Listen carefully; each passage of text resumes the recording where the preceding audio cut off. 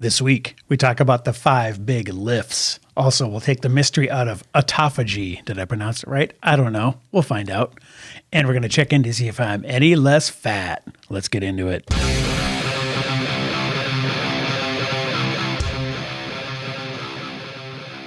Autophagy? Autophagy? Isn't that what you're doing right now with the music? Autophagy. I'm autophady. Oh, fading. Autophagy. Not only did I not know what it meant, I didn't know how to say it. Still not sure I'm saying it right. You are. Autophagy. Yep. Wow, I even enunciate the right syllable. Once you get it, you'll feel like an idiot for not being able to do it before.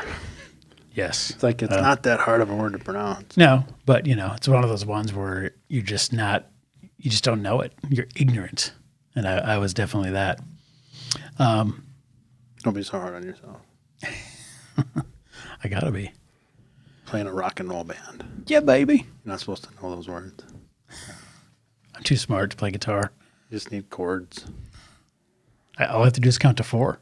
I don't know. Fuck, how many are there? I know nothing. My wife and my daughter, Mel and Emmy, they talk about that stuff. About music? Yes, because they're both really musically inclined and talented and smart, and I'm none of those things. Right. So they talk about all that stuff. Oh, all right. Here's a funny story. Well, yeah, basic music is math, so. I'm screwed. Yep. I like words. Funny story. Funny story. I'm ready. They're talking about the conductor. Oh, yep. And I said, and after it comes out of my mouth, I'm like, that's just the shit you keep to yourself because nobody else on this planet needs to know that. I said, but for years I used to think that the conductor with his little stick was actually like drawing the notes. Oh, shit. For real? Yeah, I thought they were just watching him. I'm like, wow. And I'm watching the people playing the instruments. I'm like, they're fucking geniuses. How can they're really keeping up fast? But wrong. But they're not even watching them. Right. They're all watching their sheet music. So I'm like, why is he even up there now? Now that I know that he's not doing that, why is he even there? I'll confess, before I was a musician, I kind of thought he was like pointing to the people, your turn, you play now. Your turn, you play now. That makes sense too. Right? Yeah. But exactly. But maybe he is. But they're still not looking at him. Yeah. Conducting is hard. Is it? It is. You gotta know the tempo. I'd be screwed. Because if you screw that up, what if you started off too fast? I can barely 2-step. Right. Yeah, I'm in trouble. All right. Well, before we get into our stuff this week. Say the word. Say it. Say what? That word. Autophagy. Ah, that boy. Autophagy. You got it now. They probably spell it weird over in Britain. All right, who's this smarmy guy? Dr. Gregory House. Okay, this guy, for those listening on the audio podcast, I'm bringing up a tweet by Dr. Sean Baker. And this is Dr. Neal Barnard, president of the Physicians Committee for Responsible Medicine. Kind of reminds me of the PMRC from the 80s that thought Twisted Sister was bad. Remember Al Gore's wife? Tried to tell him rock music was bad. Remember that? And then Dee Snider actually went to Congress. The lead singer of Twisted Sister. Yep. Showed up in his like super tight jeans and his massive blonde hair and testified. God, I do remember. That's why I'm sad. You know what? Not a squirrel, just real quick. Yeah. That's funny you mentioned that because I was blasting some of my classmates the other day. Because all my classmates now, they all turned into these kids who'd go behind the school and smoke weed and skip school, and they're all just rebels. They listen to that, and they're listening to music, and right. now they think they're Sean Hannity, and they're on Facebook. They're responsible and preaching about behavior, WAP and Cardi B WAP, and the lyrics. I'm like, dude, I listened to 2 Live Crew with you. Yeah. Don't even come at me with that. Well, WAP, remember Wasp? Yeah. F like a beast. Right. Remember that song? And it was like, they're just words, man. And all of a sudden they're just, what you need is Jesus. Well, that's what when you're a teenager, you just want anything that's against the man. Right. So, I'm like, people that love WAP now, That's a Cardi B song, right? About her Porsche, I love it. right? I love that. I love like her new one too. Up, that's great. But, she's, she's super talented. Most of the people that are 17 and love that song now, like it. One of the reasons they like it is because it pisses old people off. That helps. And then but when she's they're- good too. Yeah, but when they're 50, they're probably going to be like, "Oh my god." Back in my day. exactly. Well, and that's the whole thing is back in my day. Go read Two Live 2 lyrics. Yeah, And tell me that they're back bad. in your Even- days, anything. they're bad by now. Right, by today's exactly. standards. Beastie Boys. What the With hell? a wiffle ball How do we get bat. into Two Live Crew? Because that guy was testifying against. Oh yeah. Yeah, the sister. PC. Oh yeah, the PCRM. So that reminds you of the P. It sounds like the PMRC, but it's not. But they're just as nosy and want to get in your business.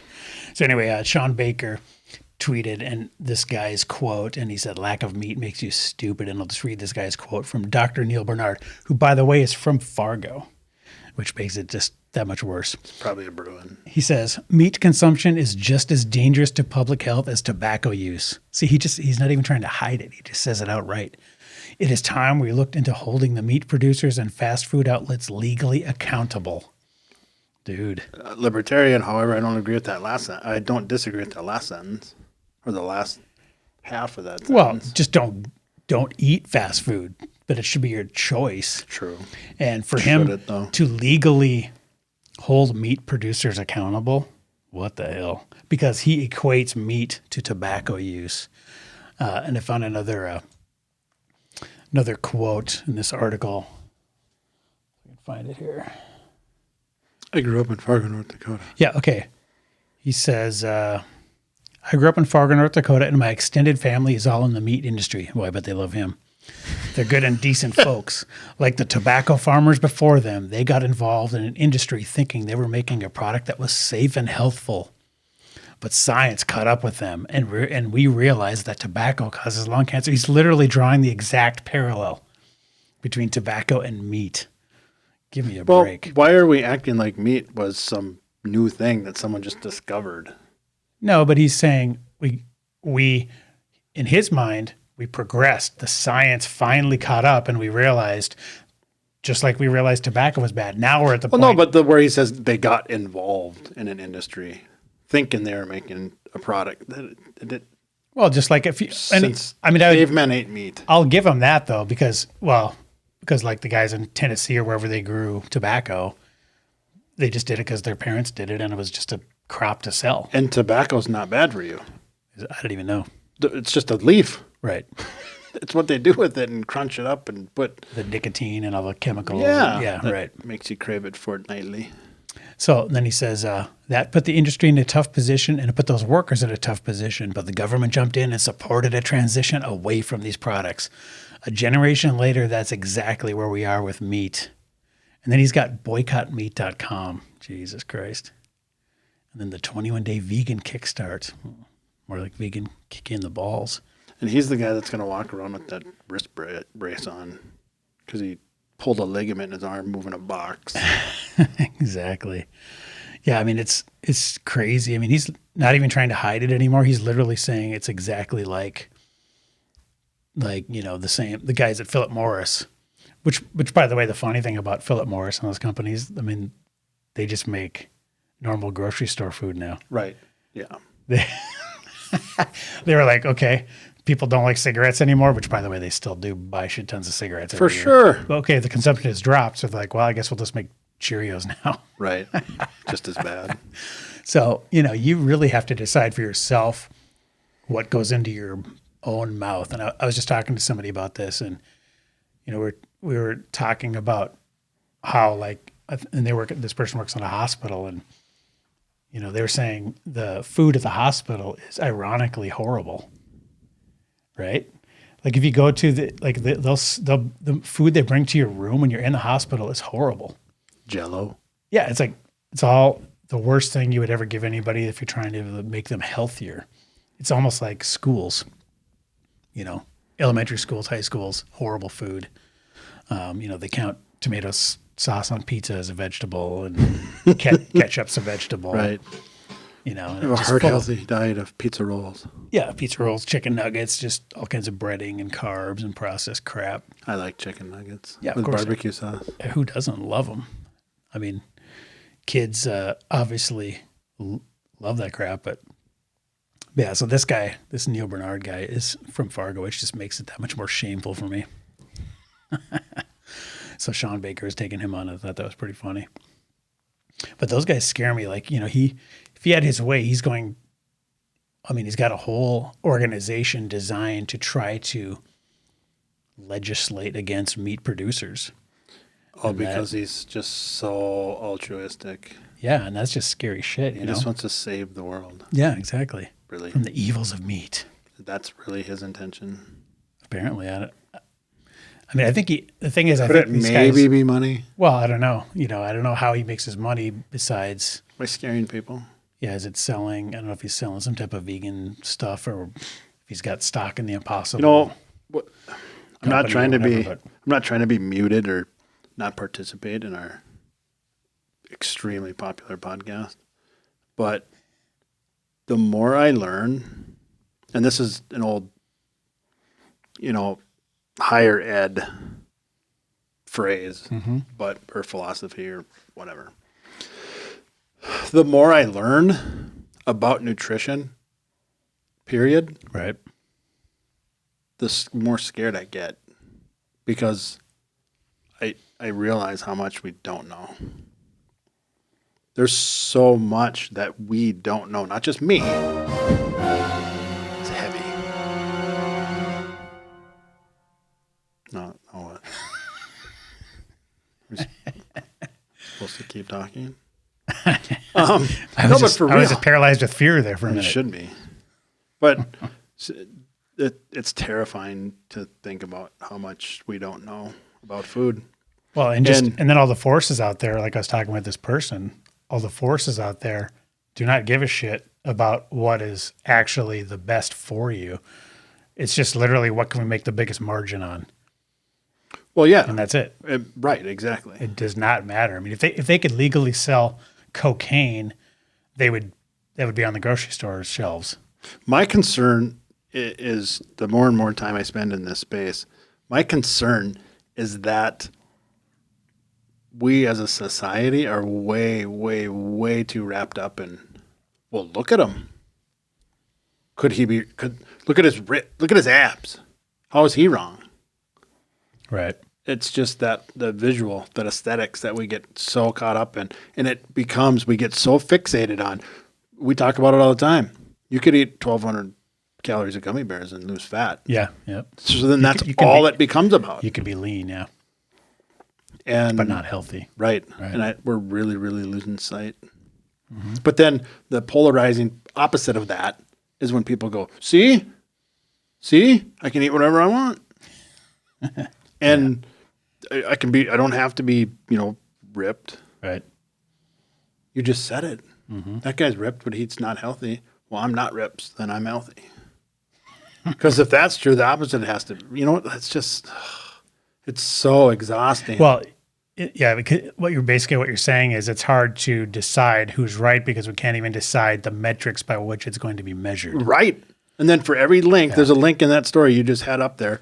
And it said, there was a link, it said recent Harvard study, and there was a little blue underline. Talking about how meat eaters are less healthy. Right. But that's because of unhealthy user bias, by the way. Right. And I can find 10 articles that are the exact opposite. They eat tons of fries and all kinds of shit with their meat. And we end up in this huge staring contest. Right. And neither side blinks. Which I don't, again, as a libertarian-minded person, I don't give a shit. Right. If somebody wants to eat 18 heads of lettuce a day, I don't care. Right. Just don't say things like, I'm going to work hard to make meat illegal. And then because he's a high-powered doctor and has a foundation and all this stuff, right, he's working to tax it or make it harder to get. What do they do with cigarettes? They basically, what's the markup or taxes on a pack of cigarettes now? All of it. It's freaking ridiculous. Yeah. That's, if you just leave me the hell alone, I don't care. You go ahead and eat, 18 heads of lettuce a day. I don't give a shit. Don't try to make it harder for me to get meat. Right. That's what gets my dander up. But then just playing devil's advocate. Mm-hmm. But what about all the legislation to outlaw the big gulp and Coca-Cola in schools? And I don't want any of that. I don't want the government involved at all in any of it. right, I want, if people want to raise cattle and sell them, they should be able to do that. I mean, did you know you can't even buy like pounds of hamburger from a rancher? You know, that whole bullshit. You have to the butcher. Yeah, it's overregulated. You should be able to, if you want to enter in a transaction with a local rancher, be able to buy as much or as little of a cow as you want. And if somebody else wants to sell 18 heads of lettuce at the farmer's market, you should be able to go buy that. And I want the government to stay the hell out of all of it. I'll decide what I want to put in my mouth and who I want to buy it from. And if you as a vegan want to do the same thing, go ahead. And if you want to drink a keg of high C a day, that's on you. Orange drank. Oh, it's pronounced orange drank.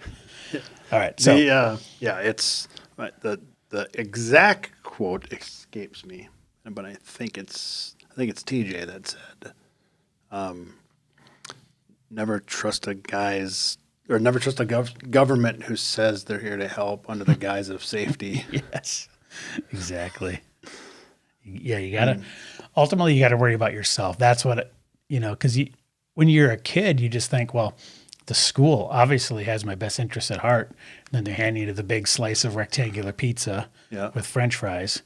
And then as you get older, you realize, wait a minute, that was like the worst thing they could have served me, Because it's cheap. Because it's cheap and it's, easy to produce and it has preservatives. And but as a kid, you think they have your best interests at heart and they just either don't know better or they just have to get by on a certain budget.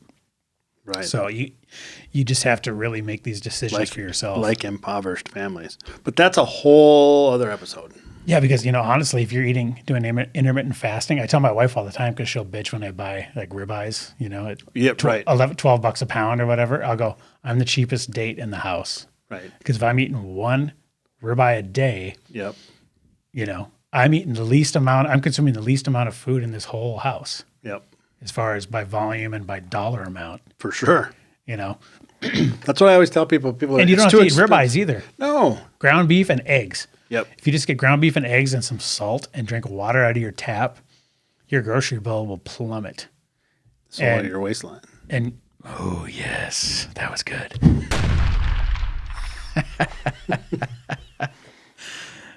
I like that.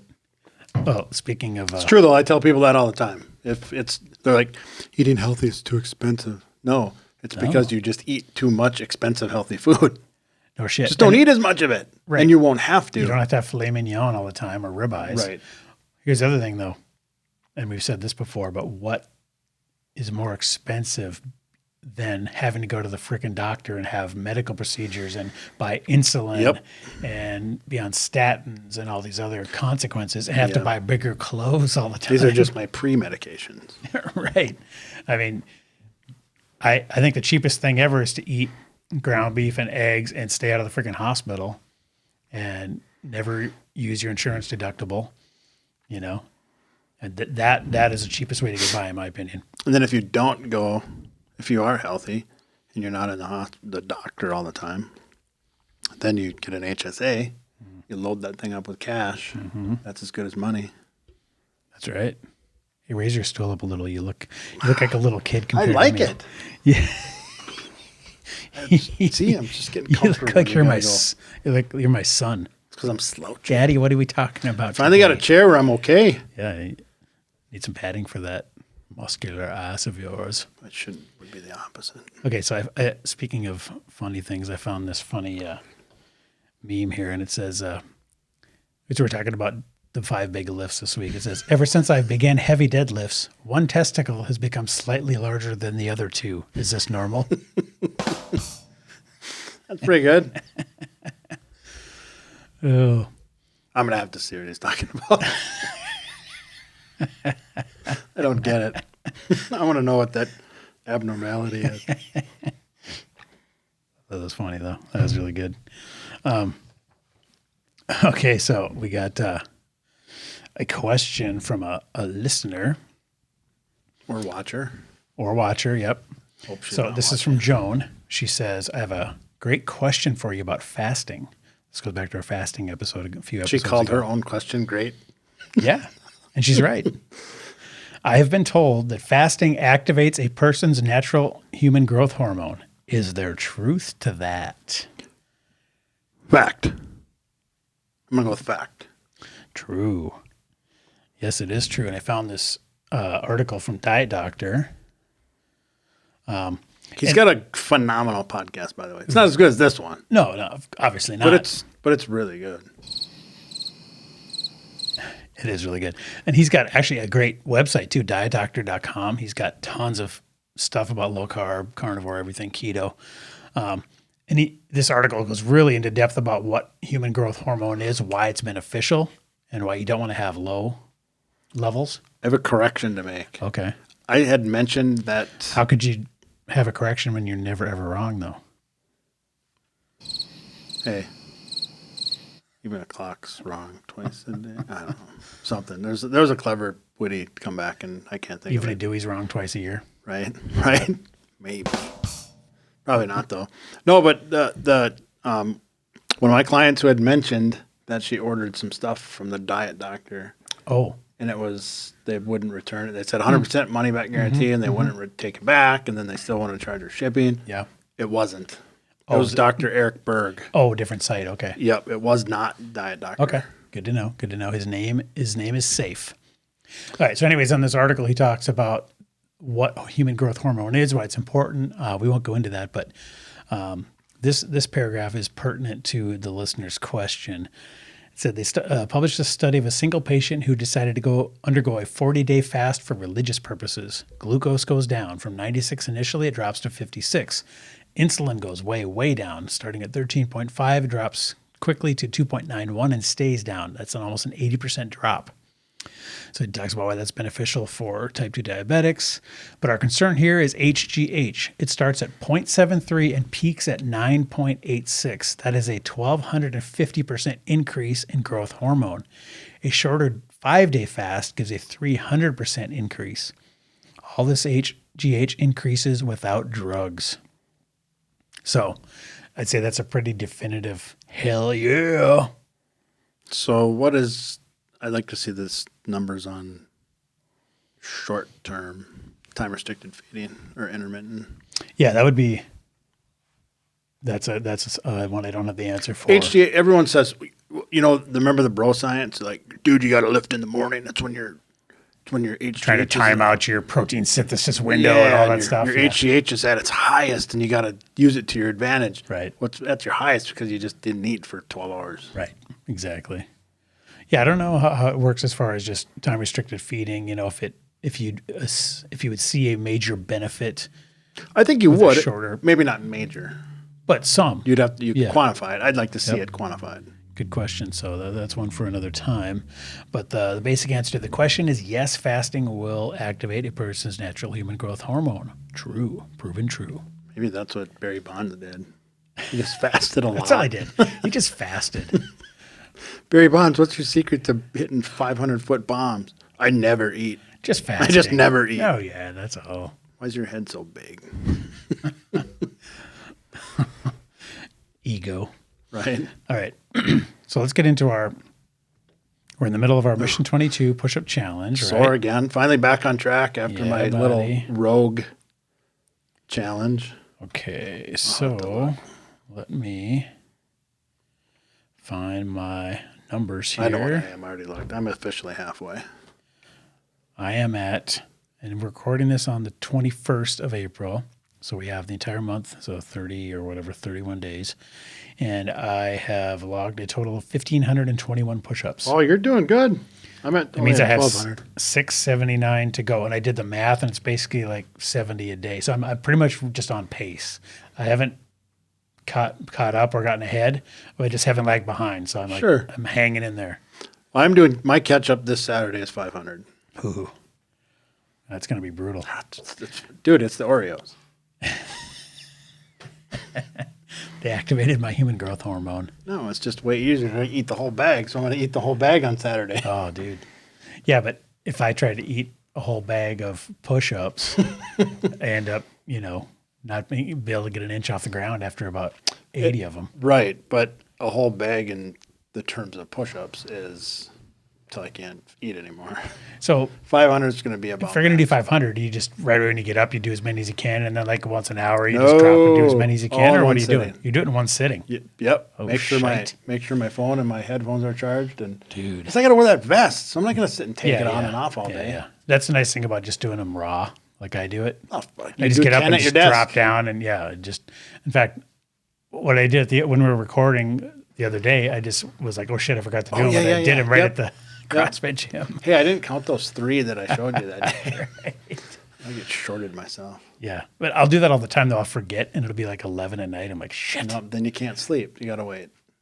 No, I just did them because Really? Yeah, I wouldn't be able to fall asleep. Well, I only, I'm doing 45 at a time, so I'm trying to do 90 a day to stay just slightly ahead. So if I do fuck up and miss one session, I'm not too far behind. So Right. I'm building in a few extra reps a day. So, anyways, I'm always the guy that did the homework the night before it was due anyway. yeah, I knew myself well enough to not let that happen because I don't want to be there on the 30th going, I have to do 1,000. Fuck it. Maybe I'll do that. Then you'd be picking me up at the hospital. Right. So, yeah. So anybody out there, if you're doing the Mission 22 push-up challenge, let us know how are you doing. Still haven't gotten my hat. There. I saw people bitching about that. It's like, really? You're going to bitch that you didn't get your hat when you're trying to do this for charity? I almost wanted to say, don't send me a hat. Some people. I mean, I want to wear the hat proudly, but I don't care if Right. I get it. But some people are like, see, it's polarizing as shit. Some of the people are like, where's my hat? And the other people are like, I don't want a hat. Right. Can I send it to a veteran? That's what somebody said. Right. It's like, Well, you can okay, just give it to one. Kick-ass virtual signaling. Yeah, exactly. Just give it to one and shut the hell up about it. Right. But also don't bitch that your hat isn't there online because, like, the last thing these guys have to worry about is sending you your dumb hat. Exactly. So, but seriously, Just do the damn push-ups. seriously, where's my hat? Here I am bitching about my hat. But if I get it, I get it. I want to wear it proudly. They're overwhelmed. just because I want to increase awareness. Right, exactly. That part I'm excited And they're about. overwhelmed. They didn't expect this many people. Calm down. Yeah, this one was a big cause this month, so that was a good one. All right, well, let's talk about our term for the week. Autophagy. Autophagy. Oh, yeah. Autophagy. Nailed it. What you need to know. So, without looking at the screen, what do you, if you were just going to give somebody the elevator pitch on what autophagy is, what would you have said? Out with the old, in with the new, cellular cleanup. Okay. Yep. That's what I would say. Yep. No, that's very, very accurate compared to what this article says. So what is autophagy? Autophagy is the body's way of cleaning out damaged cells in order to regenerate newer, healthier cells. Auto means self and phagy means eat. So the literal meaning of autophagy is self-eating. And that's where people go, see? Your starvation. You're eating. Your body's eating itself. Right. Yeah, I can see how they would say that. It's because they didn't like breakfast. Right, exactly.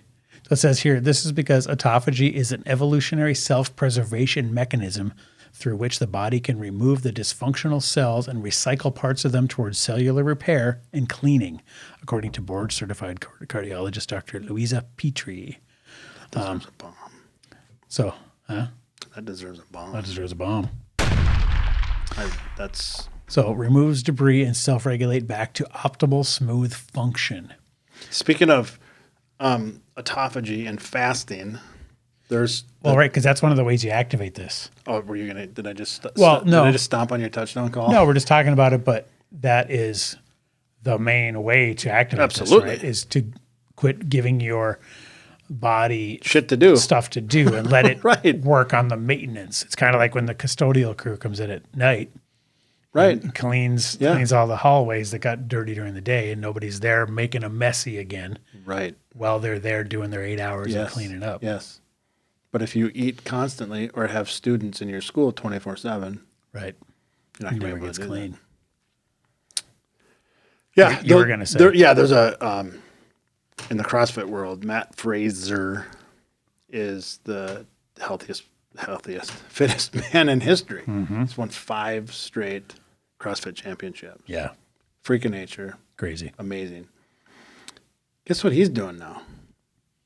Eating lots of donuts because he's out of CrossFit. No, he's intermittent fasting. Oh, wow. All the people who, and it's just like, No.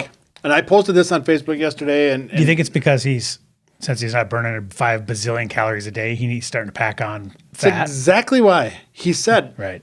well, no, he's not starting to pack on fat, but He would. He doesn't need to fuel for being an elite athlete. Right. But guess what? That was always Joe CrossFitter's argument to me about intermittent fasting. It's like, oh, look, Matt Fraser doesn't fast. Right. I can't fast. Well, it's like, dude, you do it for an hour a day, 3 days a week. And you're not burning the calories he's burning. Not even close. Not even close.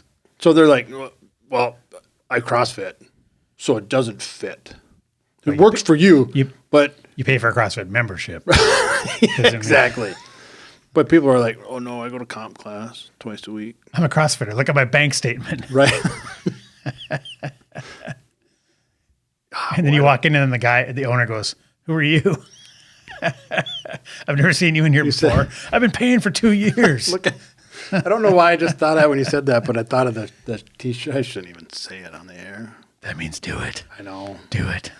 I'm trying to have a better filter, but I'm going to say it anyways because I love it. That's a boy. And it was one of them Kermit the Frogs drinking tea, looking out the window. Yep. And it said, The meme. and it said, your shirt says UFC, but your body says KFC. But that's none of my business. Oh, shit. That's good. So, Matt Fraser's now doing intermittent fasting. And he absolutely loves it. He's just toying with it because he's still super physical. He works out a ton. Yeah, he's part of his business now. Not going to go cold turkey and just it's his business too. Get fat, yeah. He programs for athletes now, so he learned he's taking what he learned. So he's training other CrossFit guys. That's his thing. Yes, now? Okay. virtually, but yes, or he's just providing them program. But he still programs all the workouts and does them, and he's still busting his ass. If you follow him on his Instagram, he's working hard. Right. But guess what? It fits. Right. And then before Matt Fraser became the 5-time, 5 in a row. Yeah. Rich Froning was 4-time, 4 in a row. He's been intermittent fasting for 2 years. Wow. So obviously they see some benefit. It's just sweet redemption. Shove it, Potsy. I like how there's a lot of really good benefits here to this autophagy stuff. It says, this is how the body polices the cancer villains. Recognizing and destroying what went wrong and triggering the repairing mechanism does contribute to lowering the risk of cancer.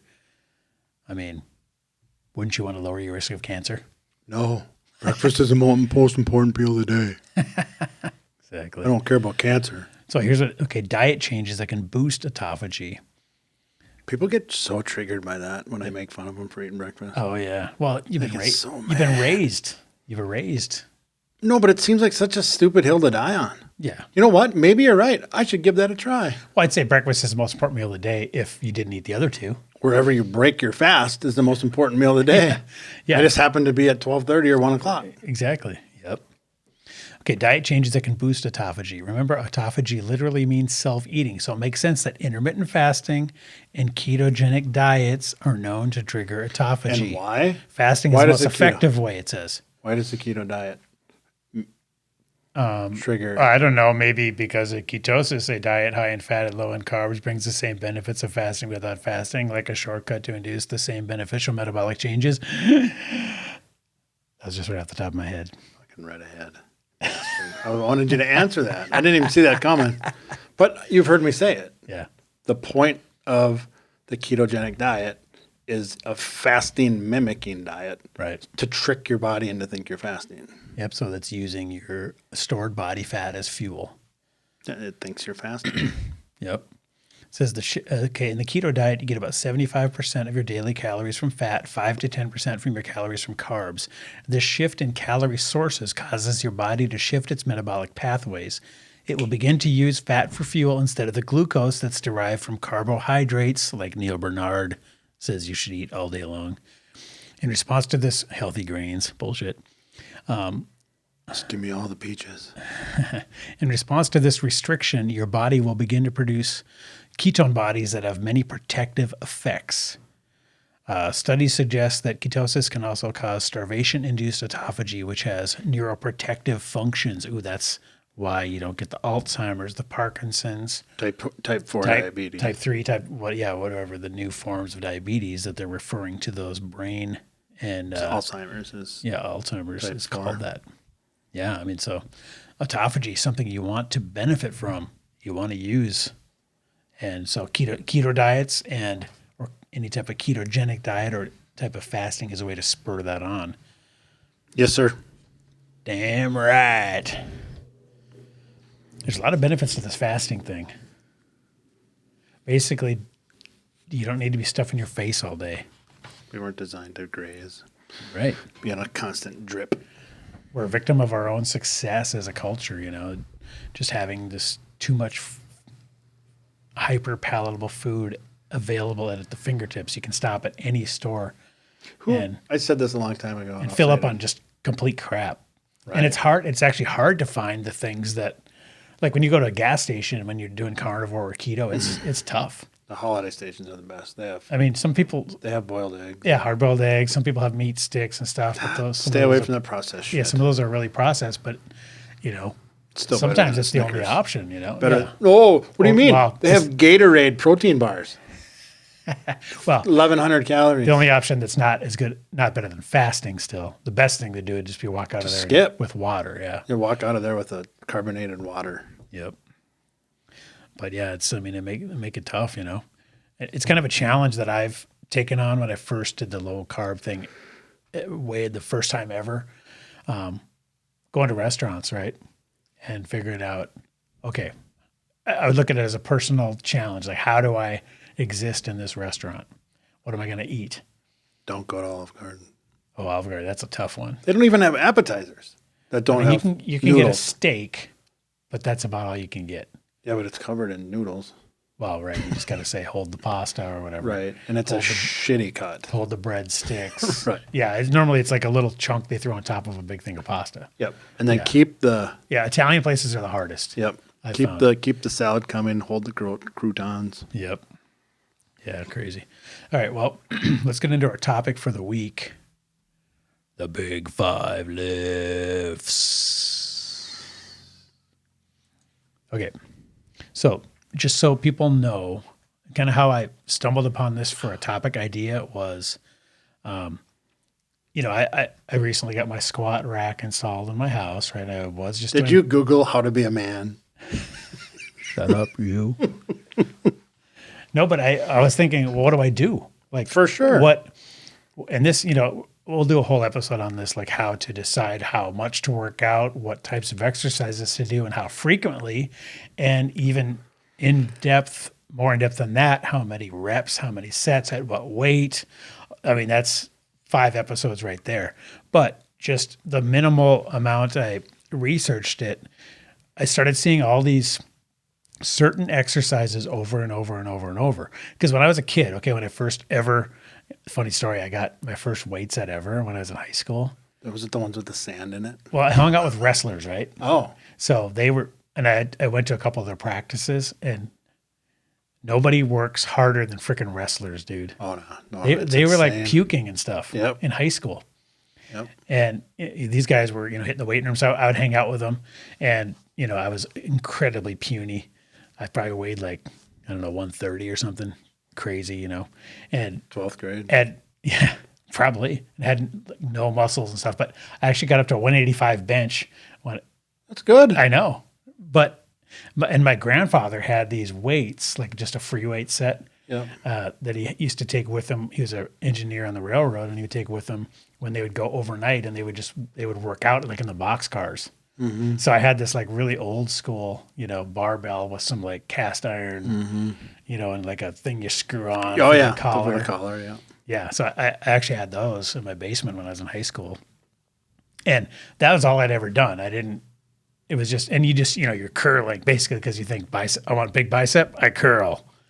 And that's how most teenagers start, and they just Curls say, for the girl. curls for the girls, and bench press because you want pecs and you want biceps. Right. What you don't understand as a total noob, and I still just barely know this, is really what makes your arms look big is the triceps, Oh, right? that's the Yeah.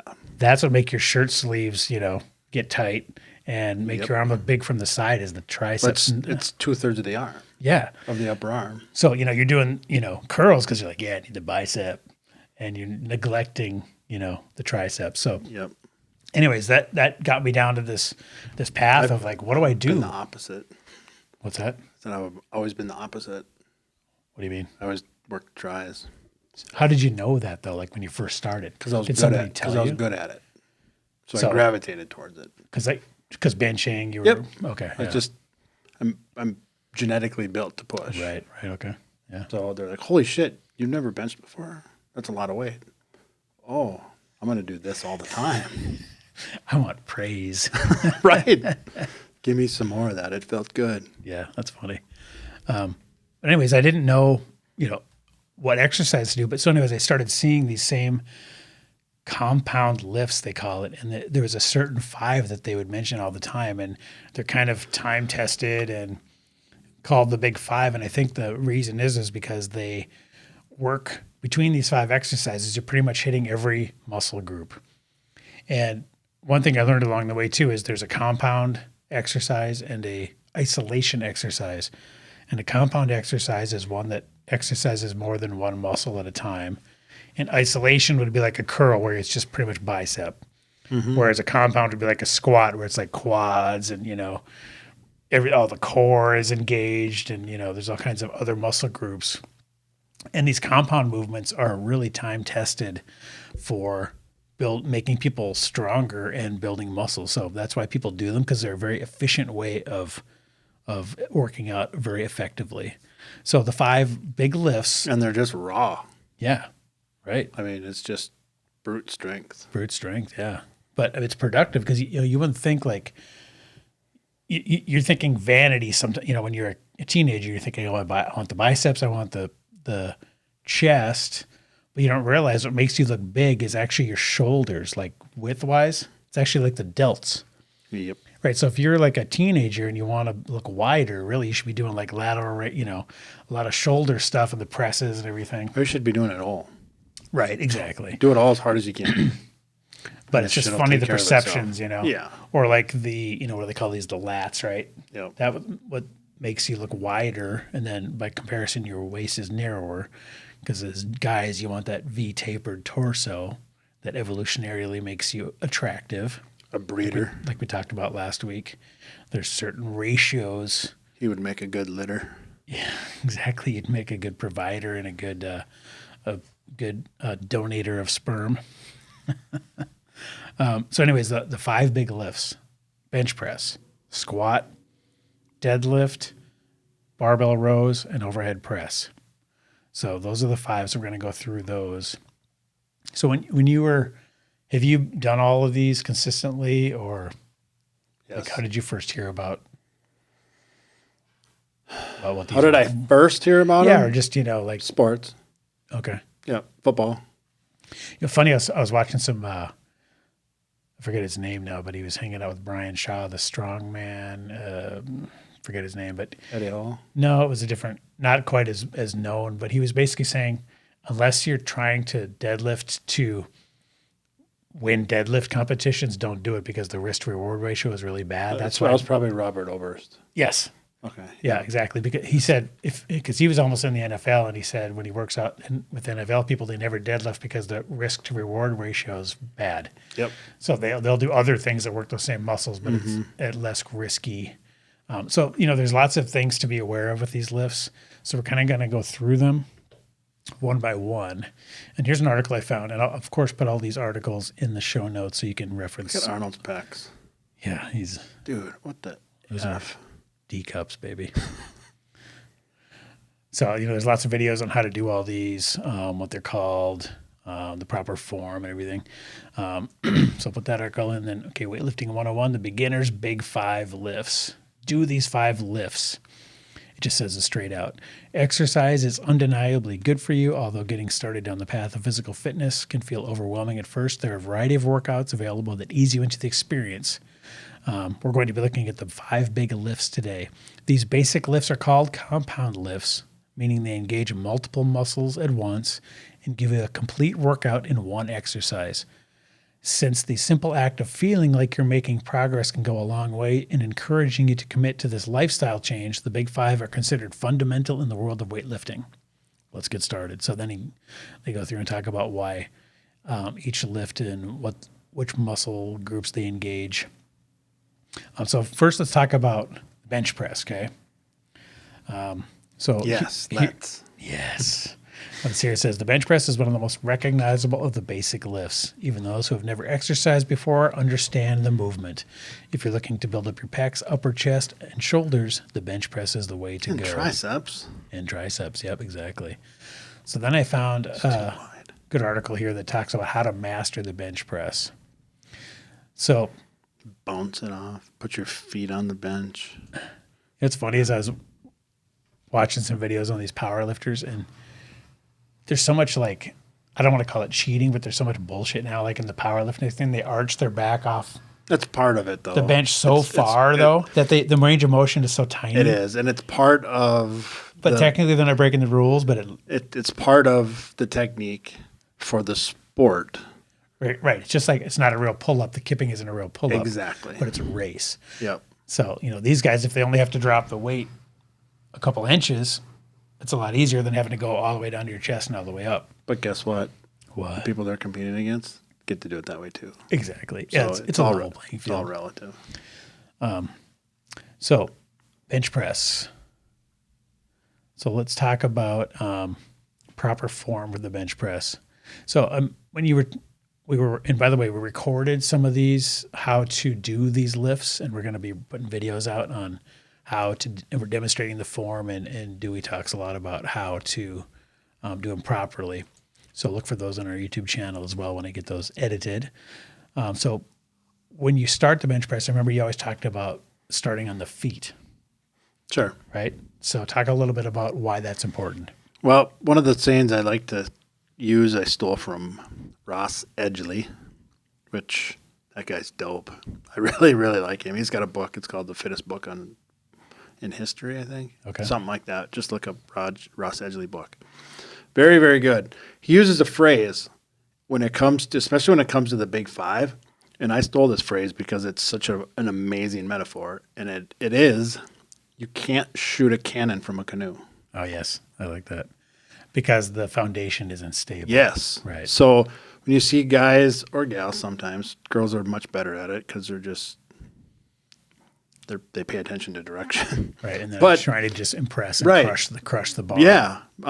But that foundation is that you're going to try and shoot that canoe from, or the cannonball that you're shooting from the canoe is the bar. Right. And you're thrusting it up and out. Well, you don't want your feet on the bench. You don't want to be all tipsy and wobbly. Right. You want your feet firmly planted on the ground, press through the floor, up through your hips into your posterior chain. So you're actually saying because that's part of it. Not just put your feet on the floor. You're saying Activate. actively push down. To actively push down through the Okay. floor. And guess what's going to happen for most of the people out there who start, and if you're going to try this at home, back off the weight and work on it and be comfortable with it first. Right. That's one thing I want to make sure real clear. Like when I got my squat rack, which I am also benching from, I also got the safety spotter arms. Oh, okay. So what I did was, and so people out there kind of know what those are, they're basic arms that stick out from the rack, and then if you fail on a rep, they'll grab the bar. So what I did was I laid down and I brought the bar to almost touching my chest and put the spotter arms right there, so that if I ever fail and have to let go, it's not going to crush my windpipe or my chest. Right. But I can still achieve full range of motion because it's they have lots of holes in these racks, so you can really fine tune it. So that's important when you're doing this stuff at home, and especially as you increase your weights. In fact, before I got the squat rack with the safety spotter arms, I had a bench press, like a couple stands, like the little J hooks on stands. Yeah. I didn't bench press with a barbell at home because I did not trust it. Right. I just did it with dumbbells, because that way if you just drop them, worst case scenario, you crack your floor. But right. And that's where I was going with that. And where I was also going is that, excuse me, I didn't want people to go, oh, Dewey said I could do more now. So I'm going to load up the bar with 75 more pounds, Right. and then I'm going to push through my feet. I'm going to be able to lift it. Now, back way off, play with it.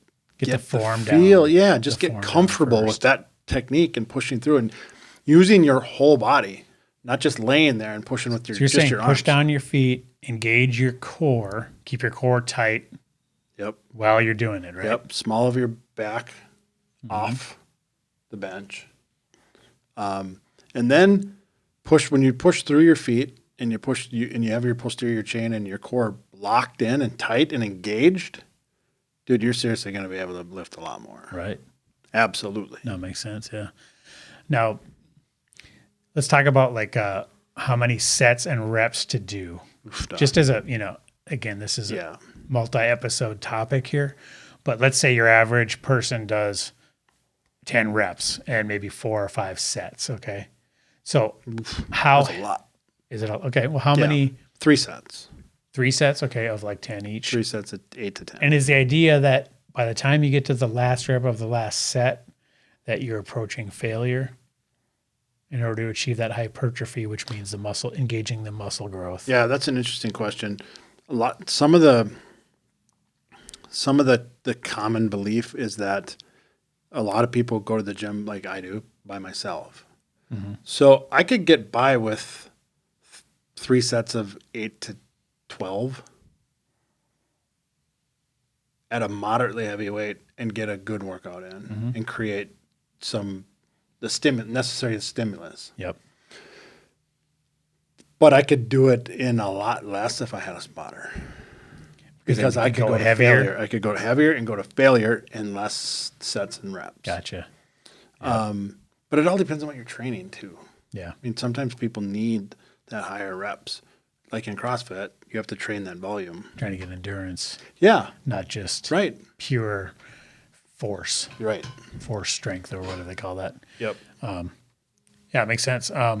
So when you figure out how much weight to put on, and remember, you have to do progressive overload too, because if you're trying to grow your muscle, you need to be lifting more with over time. So, I say start with very light, like where it's easy to complete the reps, figure out the form, Yep. and then just slowly increase your weight with every session. Let's back up. First thing, if you have the resources, hire a trainer. Yeah. That's the Cadillac way to do it. Don't second guess. Don't guess. Don't throw spaghetti noodles against the wall. Learn from somebody who knows. It might even be a friend. Might not even be an actual coach. It might just be somebody that's super experienced. Yep. This is where people can't hide it, right? So if you see a guy at the gym that's like pretty in shape, go, dude, how'd you do that? Right. Right. Right. Yeah, absolutely. Yeah. So I guess where I'm going with this is if you're super, super, super, super green and you're not real like big into weightlifting, start with machines. Oh, okay. Don't start with free weights. Right.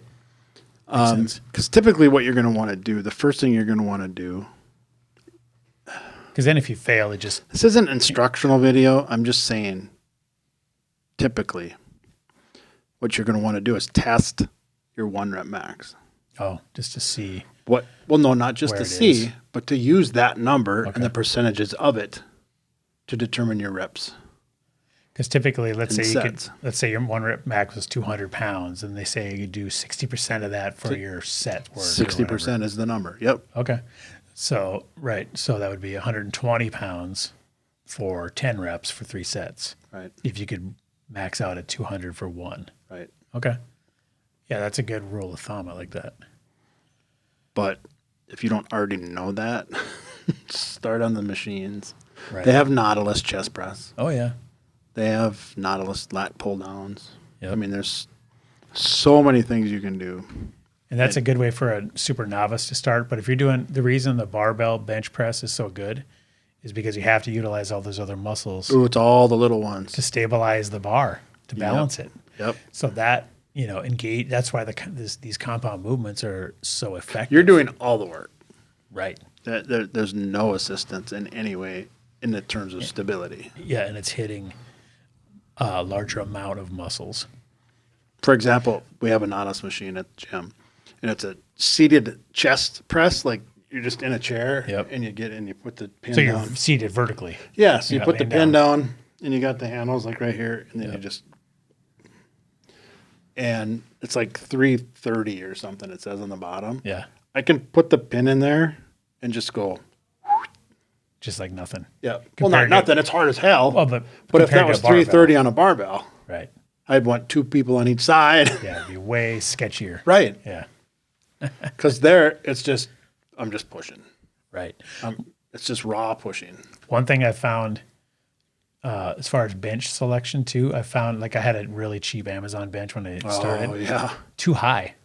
Oh, Right. And because, I'm only 5'8", I'm not a super tall human. I'm only kind of sort of tall. 5'8". We'll go with that. They can't see us. But I couldn't get that good stable base. So I actually just ordered a new bench, and I did a lot of research on the height when it's flat. And I got one that's like 3 or 4 inches lower. Okay. So because when I was in Phoenix and I did my hotel gym workout, it had a nice low bench. I'm like, holy shit, this feels You're stable. way more stable. And I could really plant my feet. Not a canoe. Exactly. I could really plant my feet and really create a nice base, and I felt way more comfortable. So I'm like, I need to get a lower bench. So that's something to keep in mind too. You need to be able to put your feet flat and really, have that nice stable base to work from. But you know what also comes along with into getting that cannon out of a canoe and putting it onto an actual pirate ship? The other 4 lefts. Oh yeah, right. Yeah, these are all kind of cumulative, Right. right? They all kind of work together to build that ship. You're right, to stabilize the whole thing. That's why the guys that just do curls and bench press are not ever going to be as strong as guys that squat, deadlift, and do all the other things. Yep. Okay, so that's kind of bench press. So let's move on to the next one here. The squat. Oof, duh. Now, this is one I've never done. It's complex as a golf So, swing. yep, I just got my squat rack installed, and I've been waiting to kind of have this talk with you and go through these to see, because I know that this is when you got to be real careful on, right? 100%. Because you could really screw yourself up.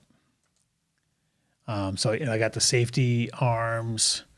I really want to master the form before I do this, but why don't you just take us through the basics on how to squat? Well, it seems pretty simple. You just You put a barbell on your back and you go barbell down and on up, but right? you know what? It matters where the barbell sits. It matters how you hold it. It matters how you pull down in a motion to try and actually pretend you're trying to bend or break the barbell in half. Keeping your elbows down, pointed down to the ground, keeping your trap or your scap set. Scaps, that's a shoulder blades, right? Yep. And keeping everything tight, core. Breathing's so important. Breathing, Like yep. I showed you the other day. Let's get into that. So we didn't talk about that on bench press. So the breathing, I find that I'm basically holding my breath You're supposed to. when I'm pushing Yep. up and then exhale kind of at the end, Yep. right? Is that what you recommend? That just happened kind of organically, but Absolutely. That's kind of natural. I told you over the weekend not my tip, but the tip I use on the squat. oh, the underwater thing. Yep, when you're standing up, pretend that water is up to You're your above chin. water. Okay, yep. Yep, you're in the water. When you're standing up with the barbell, the water is up to your chin. Now you go down into the squat, you're underwater, explode back up, lock all the way out at the top, you're above the water, so now you let it go. Because part of holding your breath is kind of keeping your core tight. And Yeah, you're actually, the best way to keep your core, people are like, well, what do you mean? Like just flex my abs? No. The best way to engage or tighten your core is, remember when you were a kid and you had rustlers or Lees and they had the button snap and you used to go like this and go and it open? Pretend you're doing that. So if you're wearing a belt, like if you're wearing a weightlifting belt. right. Which, by the way, do you recommend that when people are squatting? Nah, not unless it's really heavy. Unless what I'm about to say, you need. Okay.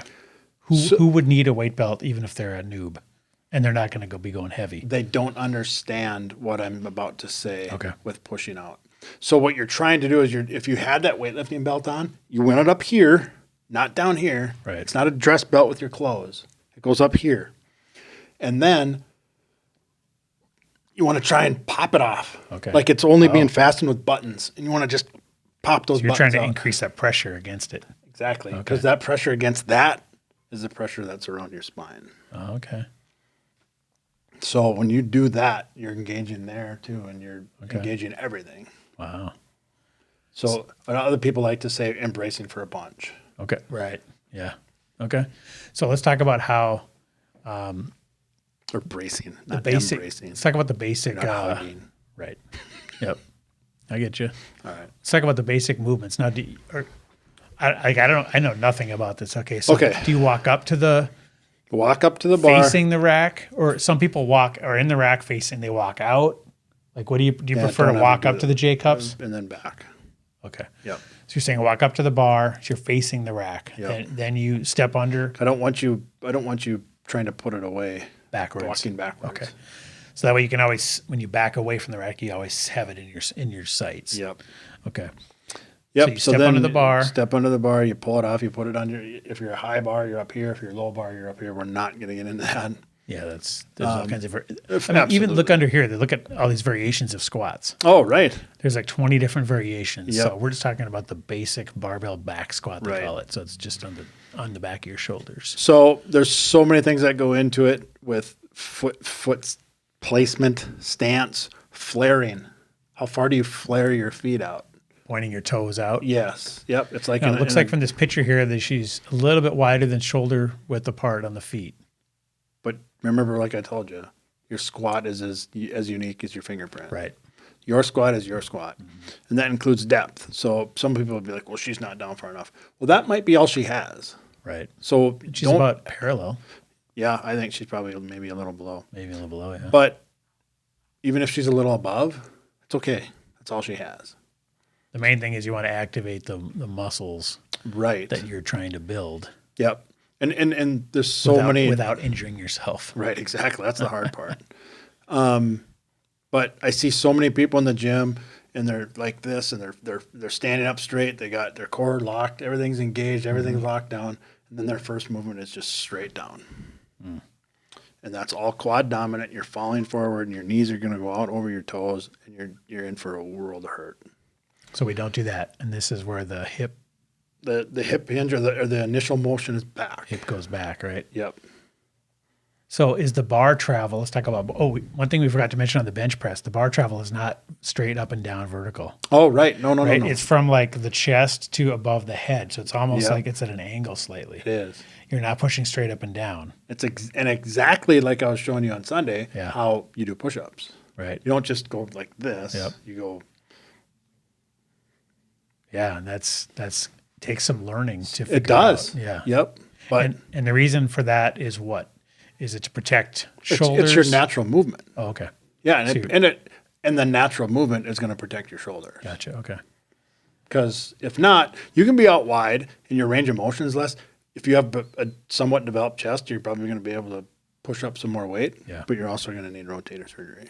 Right. So just do them right.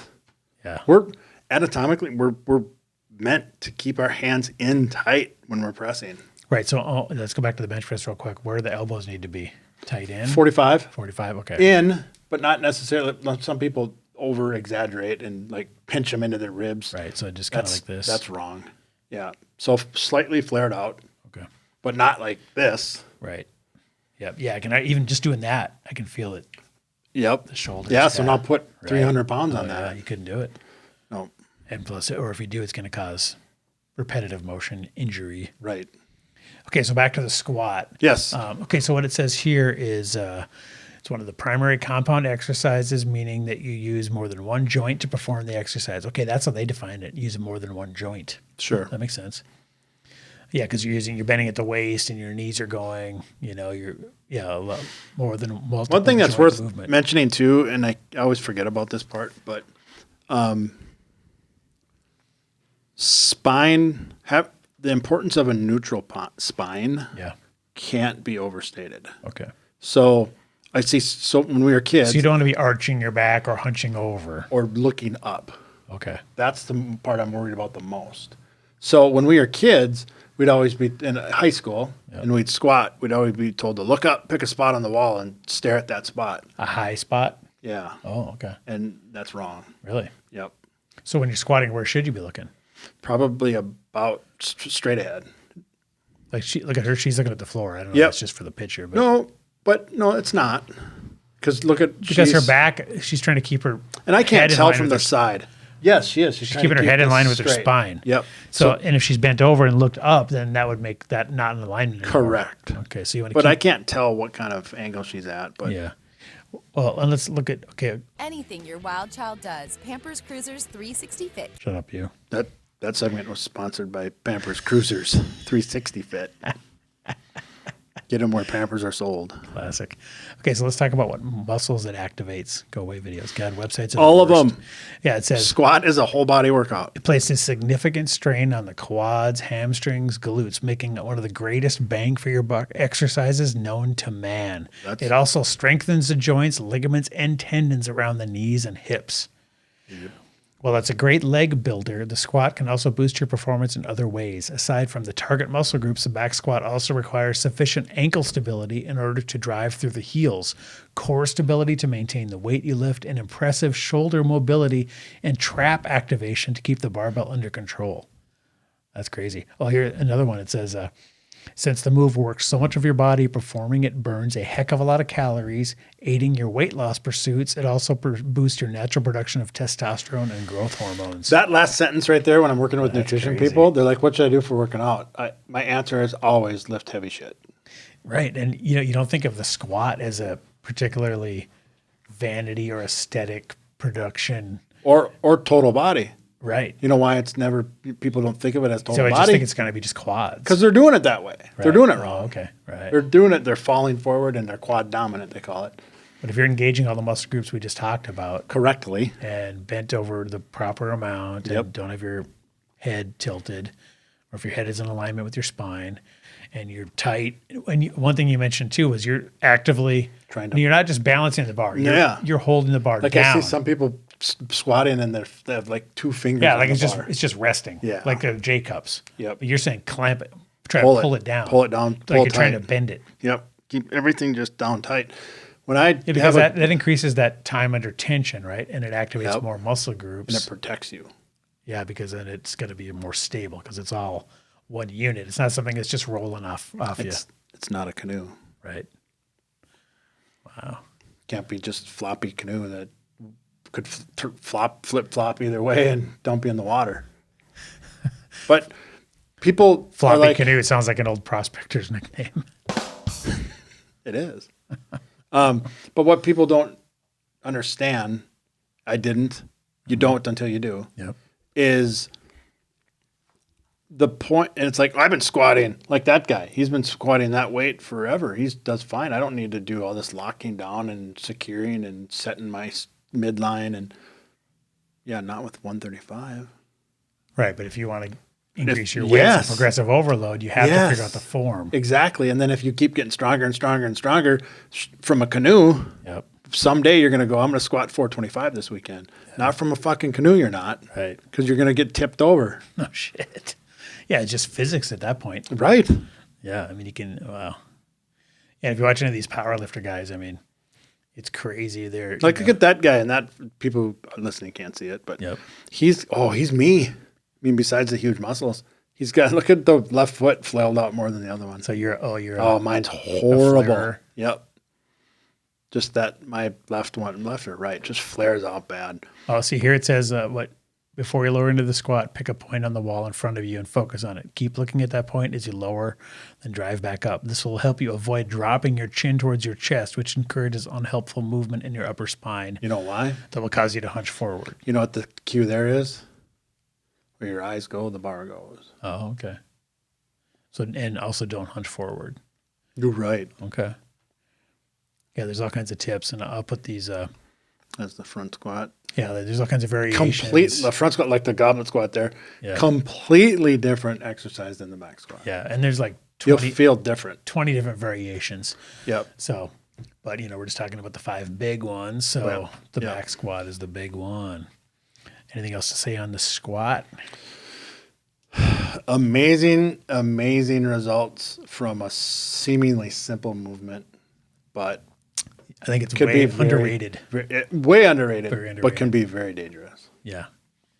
So doing this alone, again, you got to be either have a full rack that has those safety straps, the spotter arms. My tip for people, And you said don't put collars on don't put collars because on. if you dump, then Yep. the weights can go off. Well, not on your squat. Not on the squat. That was on Squatting, bench. Yeah, that's on bench. On squatting, you fall forward. Okay. So if you get stuck at the bottom, then you just roll the bar back and you fall forward on your knees. Right. So then it hopefully doesn't land in It your doesn't. ankles. It doesn't.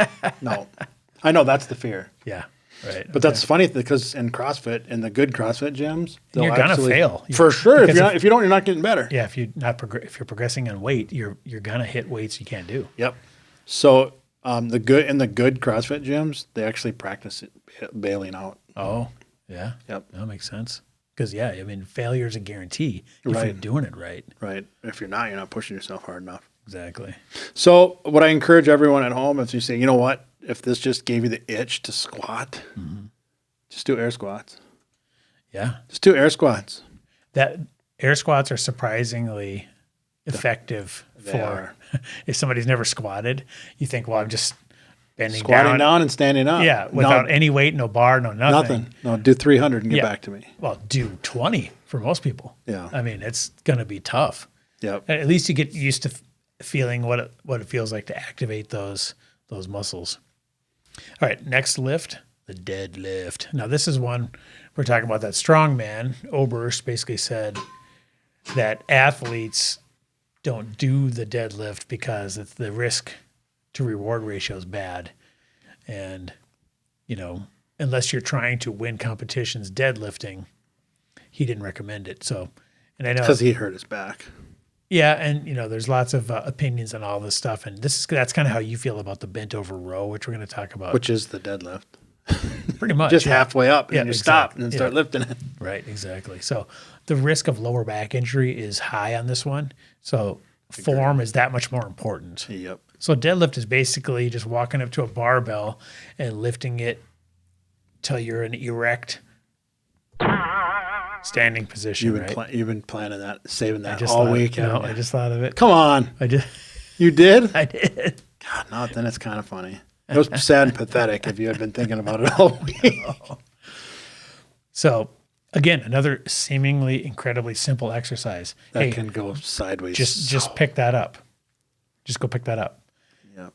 Right. And then they always say lift with your legs, and here it's basically saying lift with your back, or your back is involved. Your back is involved, but when they say lift with your legs, remember when they teach you that as a kid or in safety class where you have to watch the safety videos at work? They're right. Yeah. You're lifting with your ass Yep. and your hamstrings and your hips. Now this one says performed safely, the deadlift will strengthen every bone in your body, challenge every muscle across your posterior chain, which is all the muscles that run from your neck to your heels, and test your grip strength and core stability to the absolute max. It's so true. Dude, when we do these, the next day, my traps are smoked. Oh yeah. Oh, And those are hard muscles to exercise, right? I mean, that's why people mostly do shrugs, is one of the only ones you can do. deadlifts. But deadlifts, again, You know why? Because if you're engaged back and you're set, yeah, that's all just holding that weight up. right. So again, it's just activating so many muscles at once. That's why these are so efficient and so effective as exercises. It says it will find any chink in your armor that you need to address if you hope to lift heavy. Yep. It's so true. For that reason, you should always start light within your means and build up the weight once your technique is flawless. You know what else it'll expose, and I'm walking living proof? Lack of flexibility. Oh, right. 'Cause I have guitar strings for hamstrings, and I have to deadlift from blocks because I can't bend over. And, Oh, you mean the weight is up on a block? Mm-hmm. Okay. Because I can't bend all the way can't over get to the floor? in proper I bet form. I would have that problem because I can't even tie my own shoes. Oh, no question. Then you know what you do when you start deadlifting? Yoga first? No, you're gonna use your little safety things. Oh, put those above off the ground and then lift off of there? Yep. Okay. No, that's a good, yeah. Okay, so here's he makes the point we made earlier. It says it's a great addition to the routine of anyone who's guilty of just training their mirror muscles. I like that. That's everybody when they start. Who would do that? That's everybody. Dude, I can bro out with anybody. That's why everybody neglects their back because they can't see it in the mirror. Right. Right. Right. If Those you're guilty of legs. training your mirror muscles on the front of the body, thick chest, abs, and quads at the expense of those in the rear of the body, especially the lower back and hamstrings. Guess what screwed the bro session? Have you seen the men's shorts lately? The fashion. Oh, no, I even know where they're at. Are they long or short Oh, right they're now? short. Oh, okay. So you can't skip leg skip day leg day. anymore. Yeah. I'm like bitching every day at the gym. I'm like, stupid fashion. Well, we're so old now that when I was grew up in the 70s and 80s, they were That's what like, they are now. one of your balls was hanging out. Yep. And then in the 90s, they were like down to the top of your ankles. Just wear pants. They're that point. Amish shorts, Right. basically. Right. And then now, they're back up Yep. short again. Yeah. Pretty soon they're going to be the cutoffs with the pockets longer than the cutoffs. I wear my Daisy Dukes to the jam. Jorts. Oh, jorts. Hell yeah. Yeah, mirror muscles. That's a good term. I got to remember that. Beach muscles. Beach muscles, yep. So it's a big compound lift. Again, it promotes the body to release growth hormones and testosterone, bone density. See, it's funny because the reason that, and you've said this many times, that's why strength equals longevity, because all these exercises are increasing your bone density. You don't think about that. When you're doing the curls for the girls, right. you're not thinking, oh, good. When I'm 90, I won't, break my leg putting my shoe on because my bones are going to be like graham crackers. Well, and they're going to have stuff around them. Yeah, exactly. I mean, so this is so vital to longevity and strength. Dying is just withering.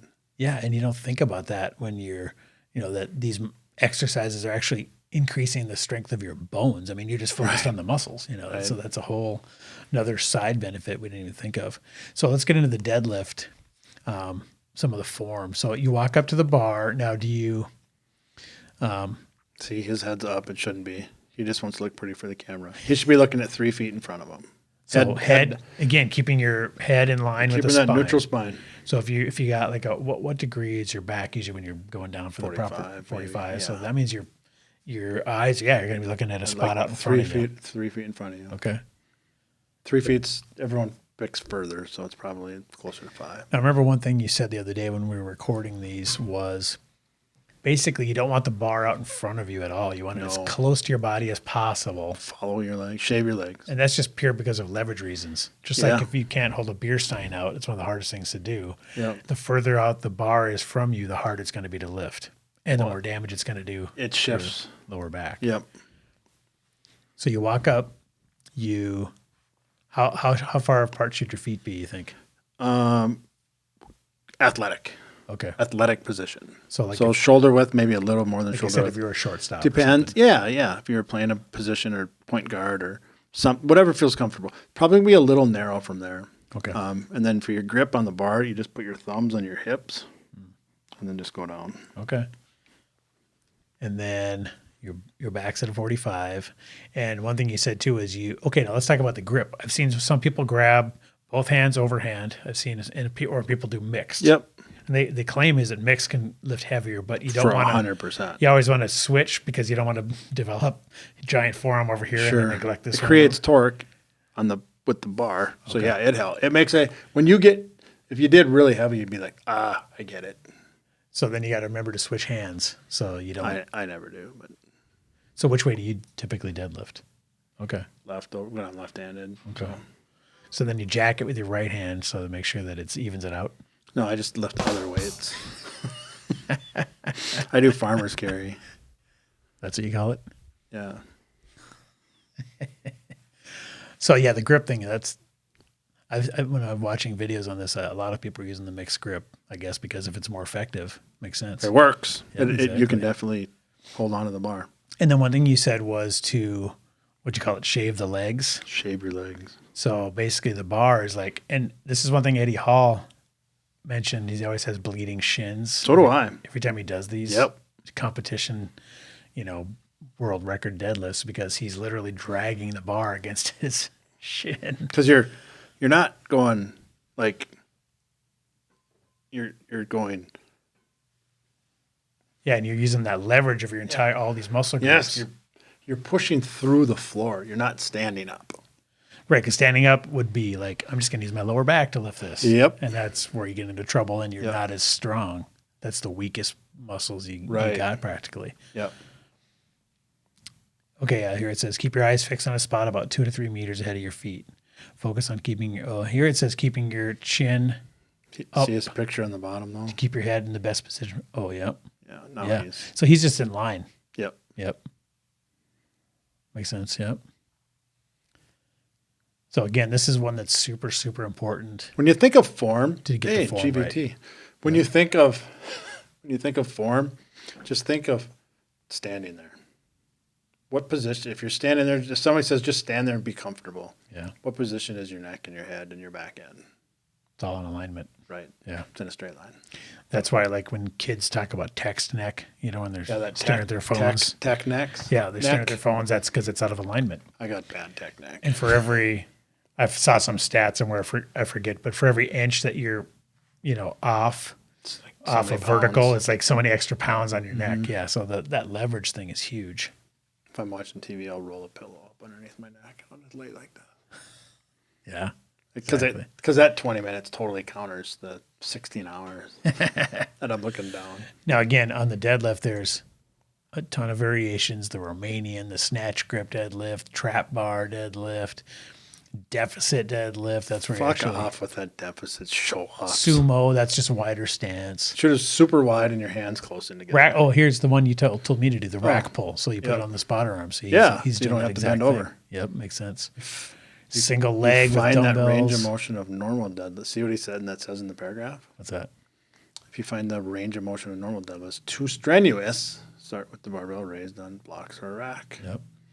And I go from the ground and I do a deadlift workout, like in CrossFit. If I go from the ground and do a deadlift workout, the next day I can't walk because my lower back is smoked, Oh, wow.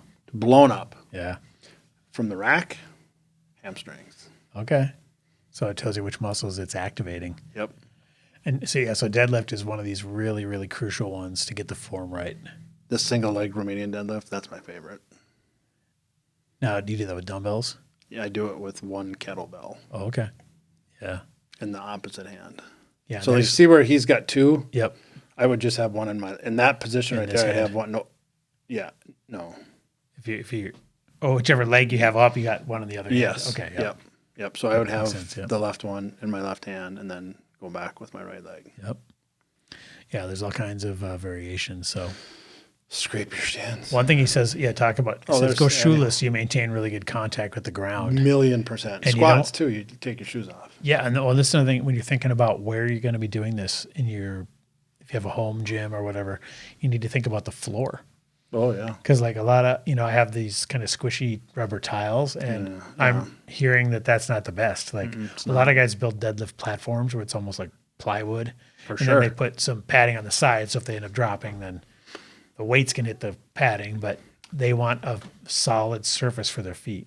And same with deadlifting, but we didn't go down this rabbit hole. But when you're squatting, you want to grip the floor with your toes, and then press out with your feet as you're Okay. going down. Wow. You know why? I don't. Because if you watch people who are really shitty at deadlifting, you watch them and their feet will roll in, Oh. and their knees cave in, Oh, yeah. and then their PT is gonna love them because they're gonna put their kids through college. Oh, shit. Destroy. Yeah, you can really F up your joints doing a lot of these incorrectly. And the worst thing or the best thing, I guess, for injuries with this stuff is the male ego. Oh, yeah. Because you know what? Some dudes are going to listen to this podcast and go, whatever, just lift it up. Yeah. Just grab the bar and lift. And the more plates, the better, right? And the more plates, the better. More And just plates, lift more it. dates. Be a man. Just lift it up. And then the next thing you know, they're like, I can never lift again. Yeah. I won't walk without assistance. Yeah, you got to put your ego aside and Yeah. be able to do it with proper form. Yep. And then just very purposefully step your way through the progressive overload, Yep. maintaining proper form the whole way. And especially if you're lifting alone, then who gives a shit, right? Who are you trying to impress? Right.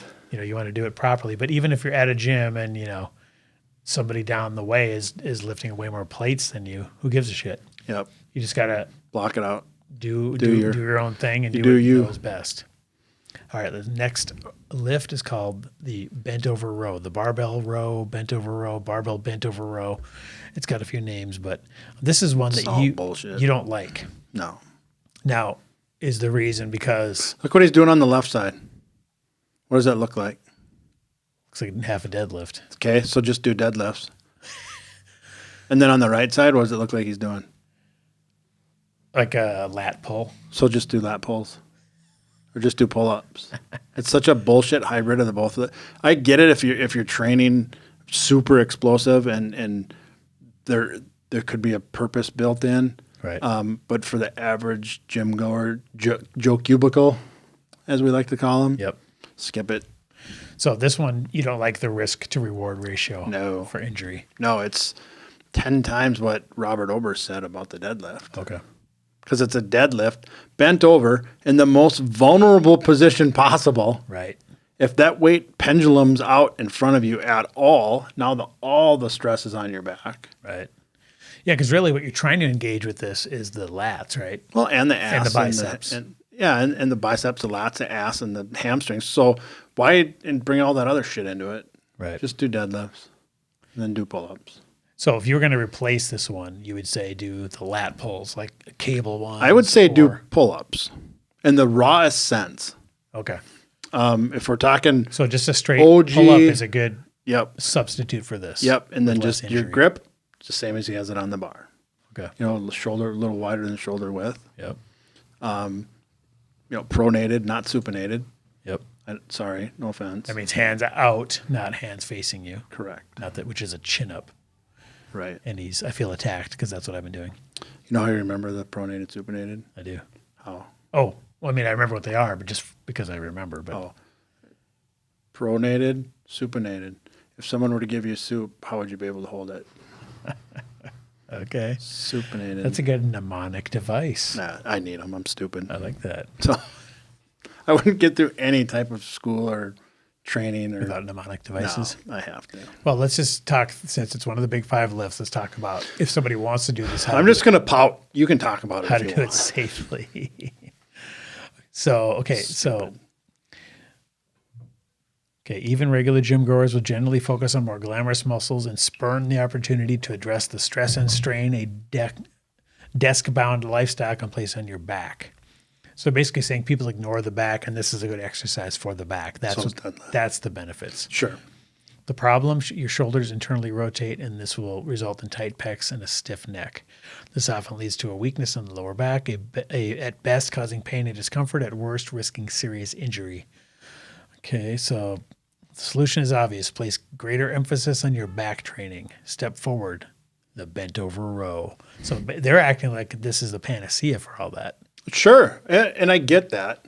And maybe if it's done super correctly, so then why not just do GHDs? What's that? You'd have to look it up. You can't be throwing acronyms around if I don't know what the hell they are. Directly stimulating your lats, traps, rhomboids. What the hell's a rhomboid? I've never heard of that one. Isn't that the pizza place? That's when you get hemorrhoids from eating at Rhombus, guys. Oh, rhomboids. No, but that must be a real muscle. I got to look that up. It is. It's shit in the shoulder. Okay. Oh, yeah. Okay, it's right at the. Which is the It's a like. lot. Oh, that's one that hurts a lot, dude. Really? When you get a back rub or whatever, that's the first place I want people to go. That's where I have knots like a mother. Exactly. Okay, so it's the upper between the shoulder blades and the spine, kind of. Okay. All right, so let's talk about technique. Yeah, exactly. Bent over row technique. Form is all important with the bent over row, it says. The best way to ensure you don't get sloppy is to pick the right amount of weight. Slow, controlled movements are of far more value than jerking up a massive weight and twisting all over the shop. This guy must be from the UK. Because I don't, he calls it a shop. Once you have your barbell loaded, stand with your feet shoulder width apart, bend your knees, and lean forward from the waist. Your knees should be bent, but your back stays straight, with your neck in line with your spine. Grab the bar with your hands, palms down, just wider than shoulder width apart, and let it hang with your arms straight. Brace your core, there's the core again, and squeeze your shoulders together to row the weight up until it touches your sternum. Then slowly lower it back down again. So basically, he's saying do this very slow and controlled, not herky-jerky, which might cause way more stress on the lower back. Sure. With a light weight, shoot for 4 sets of 8 to 10 reps. So they're basically saying don't go crazy heavy on this. Right. Because of the risk of injury.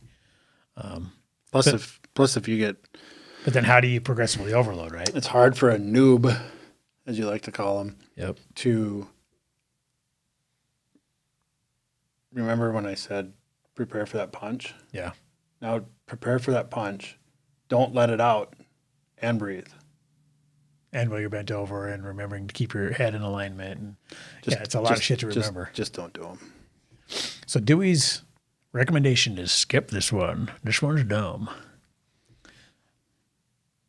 So here's some other... See, now we're talking. One-arm dumbbell row. That's better, right? Yep. Yeah, or that dumbbell incline row, that's great. That's good, yeah, because there's no stress on your lower back there. You're just laying on an incline bench. Yep. Yeah, that would be a great... or I like Chinese rows, where it's you put a bench up on blocks. Okay. And then underneath the bench, you have the bar. Oh, and then you just lay down into it. So it's really just isolating those muscles. Yep. So it'd be less of a compound movement, but way less risk of injury. Yep. And you're really targeting the back there. All right. Well, that's that one. That was the barbell row. Dewey, not a fan. Okay, now let's talk about this overhead press, which you also call the strict press. I've heard it called from bullshit lift to amazing lift. Okay. So this, again, we were talking about mirror muscles, right? Well, this is one of the ones that will truly affect your appearance because big shoulders is one of the main ways to look better. But most people don't do these types of lifts. So let's talk about the overhead press. Is basically just standing up and lifting a barbell over your head, right, and pressing it straight up towards the ceiling, right? Sure. Seems simple enough. Until you got 2 1/4 on there. No shit. Now this is one where balance is huge, and engaging that core and having the strong foundation is so important because, man, I watched a ton of people failing at this exercise, and I mean, you just start tipping over. Because think about how long that is. You got to drop it. Yeah. Yeah. I mean, it's so easy to get off balance. And once you're like 1 degree off of straight up and down, don't catch it. Yeah. Let it go. Oh, let it go. Yeah. Yeah. Don't even try and save it. That's how you get hurt. It's easy to tip over though. So, yeah. But this right here, don't even trip. Don't even try and do. They say that's working up to the overhead press. Yeah, he's saying doing seated dumbbell. If you do that, first, then it better be super light because those are hard. They are hard. Yeah, those are harder, I think. Yeah, from a stability standpoint. From a as an aside, have you found doing this? Because I found I can bench way more on a barbell than I can with the same amount of weight on 2 dumbbells. Sure. like 40-pound dumbbells. That's 80 pounds, right? Yeah, you're doing isometric. But when I do 80-pound barbell, it feels super light. But 40-pound dumbbells is hard. It's the reason why that barbell's harder than that machine. You're trying to try and stabilize more. Right. I prefer dumbbells. Okay. Because I can go like this. What I like about dumbbells is I can get them up, and then when I'm coming down, I can go, nope. There, and I can just find the groove. You know what I mean? Yes, you can isolate each one. Yeah. And really take it to. Yep. And I can go. Oh, that one elbows in too much, and it just I don't know. You feel way more. Well, and I think it requires more muscles to stabilize because. Without a doubt, it's going all over the place. Whereas the barbell inherently is more stable because it's one big unit. Yeah. Rather than 2. So. Because I failed on. I did dumbbell bench press for fun. Yep. I did 150s. So that's 300 pounds. Which you can bench on a bar. I can do 365 on a bar. Right. Not easily, but I can do it. Yeah. But I failed. Couldn't do the 150s? Nope. Right. So that's 60 pounds less than you can do in a barbell. Right. Okay. Yeah. So something to consider. And so basically what it says here is if you're new to the overhead press, start with the seated dumbbell shoulder press. Using an upright bench will provide stability during the movement to stop you overarching your lower back and allow you to concentrate on keeping tension through your shoulders when pressing the weight. Using dumbbells allows for greater control and range of motion, both of which are ideal for learning new movement patterns of an exercise and can allow you to add weight quickly. And if you try these and you walk up to the dumbbell rack at the gym and you say, I'll try 25s, grab the 15s. Yeah, go one. Because it's going to be lower than you think. so much more. It's going to be so much more difficult than you think it's going to be. Yeah. And just lifting anything straight above your head all the way, full range of motion. Ugh, Most people are inherently very weak Yep. in that direction. So Any direction. you probably got to start way lighter than you think. But again, Yep. progressive overload. So start with the bar, do the bar and then See how he is in the starting position? okay. Yep. Like this? Yep. Not like this. Right. Yeah. Yeah. He's talking, the elbows aren't pointed out. He's not, when you're in the beginning movement, I see this in CrossFit a lot. He's got control of it. Yes. He's not resting. He's got, I'm going to move this. It's not just laying there. I see it. And I don't know what CrossFit teaches people. I haven't taken the level 1 yet. But in CrossFit, I Is see that the a lot- highest level of CrossFit creaminess? No, that's the first one. Oh, It's is there up to 4, I think. okay. And then when do you get to meet Xenu? I don't know who it is. His name's Eric Rosa. That's a Scientologist guy. His name's Eric, dude. After you donate 6 years of salary, and then you get to meet Xenu. For sure. Or Eric. Anyways, I see in CrossFit, I see so many people in the starting position for the strict press Yep. in the front rack. Okay. So it's No. really just resting on there. rather Stop than- doing that. You need to be able to hold it. Hold of it, arms and forearms out in front of you, holding it with everything stacked, as they call it in the business, with your forearms and your wrists stacked. Yeah, what it says here, and this is a pretty good summation here. Stand with your body upright and the core muscles braced, looking straight ahead. Hold the bar on your upper chest, gripping it with the hands just wider than shoulder width apart. Press the bar directly overhead. Don't tilt your hips forward during the move. One thing you mentioned too was, the bar travel. Okay, so you're talking about Well, you got to move your head out of the way. right. You got to move your head out of the way, so you kind of put your head back a little, and then you poke it up, and then you what'd you call it? Putting your head through the window. Yep. Would you call that? Is that what you Yeah. called it? Yep. Yeah. Okay. So you kind of move your head out of the way, and then you straighten it out again. Yes. So that's The how you most get the bar dangerous travel. The most dangerous thing you can do is to sway the bar path. Oh, right. So if you're like, my head's here, and I'm going to lift the bar. Well, wait, you don't I'm going wanna to take the bar around my head. Right. I want to go. So you want the bar to go straight up and down, and then you just move your head out of the way for a second, and then poke it And back not through. that far. Right, just a little bit. And you've never done an aggressive strict press workout if you haven't hit yourself in the face. I've done it a million times. You got That's to. why I wear a mouth guard. Oh yeah. Otherwise it goes. Yep. So the overhead press, yeah. So this one, again, and this is consistent. All of these exercises, the form. You gotta figure out the form, go very light, and add weight progressively.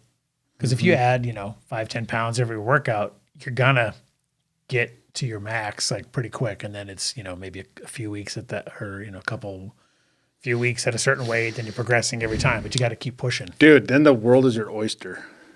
We can do so much if we get the fundamentals down and the technique down and the form down, and then you gain some of that weight till we can test you with a strict max 1 rep.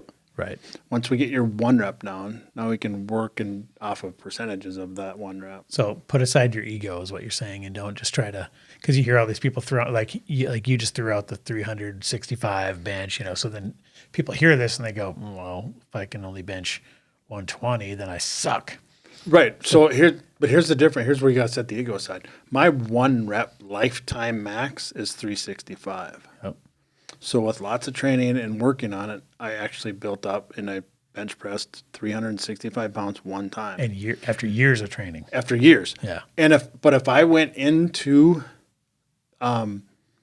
if I did a bench press routine for the next 12 weeks and it was off of 1 rep max, it would be 335. I wouldn't use that 365 number. Right. because it's an anomaly. Yeah. It's your lifetime achievement. Yep. I'm not going to use that number to skew the percentages of me trying to train to try and get stronger. Right. No, it makes sense. And you just, what's the goal here? You're trying to get stronger, but, Right. Build your muscles for the ultimate goal of being healthier and bone density and the testosterone production and the human growth hormone. That's what we're concentrating on here. So, Look better naked. yeah, exactly. So the numbers, all that matters is that they're progressing. That's what matters. Right. Not how your bench compares to the next dude. You don't know what everybody else has been doing.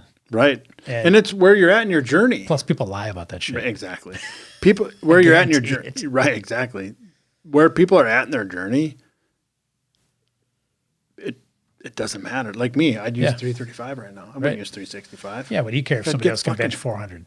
I mean, you're not Right. scared of that. You're not No. intimidated by Not that. at all. I wish I could, but wish in one hand, shit in the other. Work harder. Exactly. It's motivation. Use Yep. it as motivation, inspiration. But all that matters is that you're not stagnating, that you're Right. always progressing. That's what's important. The progressive overload is huge because that provides that stimulus to those muscles to adapt. And it won't without. Because then your muscles go, oh shit, I need to be able to lift that much. Okay, I guess we better get ready. ready and produce some more This fibers. son of a bitch is going to make us do it again. We better get ready. Isn't that weird? I mean, the human body is amazing. It is. I mean, just from cavemen develop muscles, just by throwing rocks around and chasing people and Running. throwing people They ran. around and running and Yep. whatever, throwing spears, whatever the hell they were doing, hammering coconuts. I don't know what the cavemen did, but they did shit that stimulated their muscles to grow. And think of, And they knew nothing about this shit. right. It just happened. And guess what they did? They fucking strict pressed it and deadlift and bench pressed and squatted. Yep, It was called living. exactly. Carry this. We're going to Functional- functional fitness. Functional movement. Yep. Yeah, dude, we're going to build a hut around the, we're going to fix the Yeah, we need entrance to to the lift this cave. log up Yeah. high so we can make a door. Yep. And they didn't need Or you got to anybody help to your tell buddy up. Yeah, and that log that goes up here, they went like this. They went, well, don't hit yourself in the face, dummy. So they moved their head out of the way.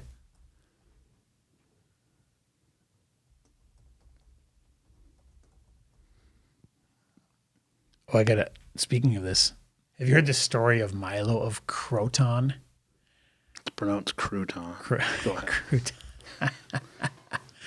This is a great story. It's kind of a fable. I have no idea if it's true or not, but it's a fable that illustrates progressive overload. Apparently, there was this old guy in Greece, in ancient Greece, that he would carry a baby calf up the mountain every day, and the calf grew every day, right?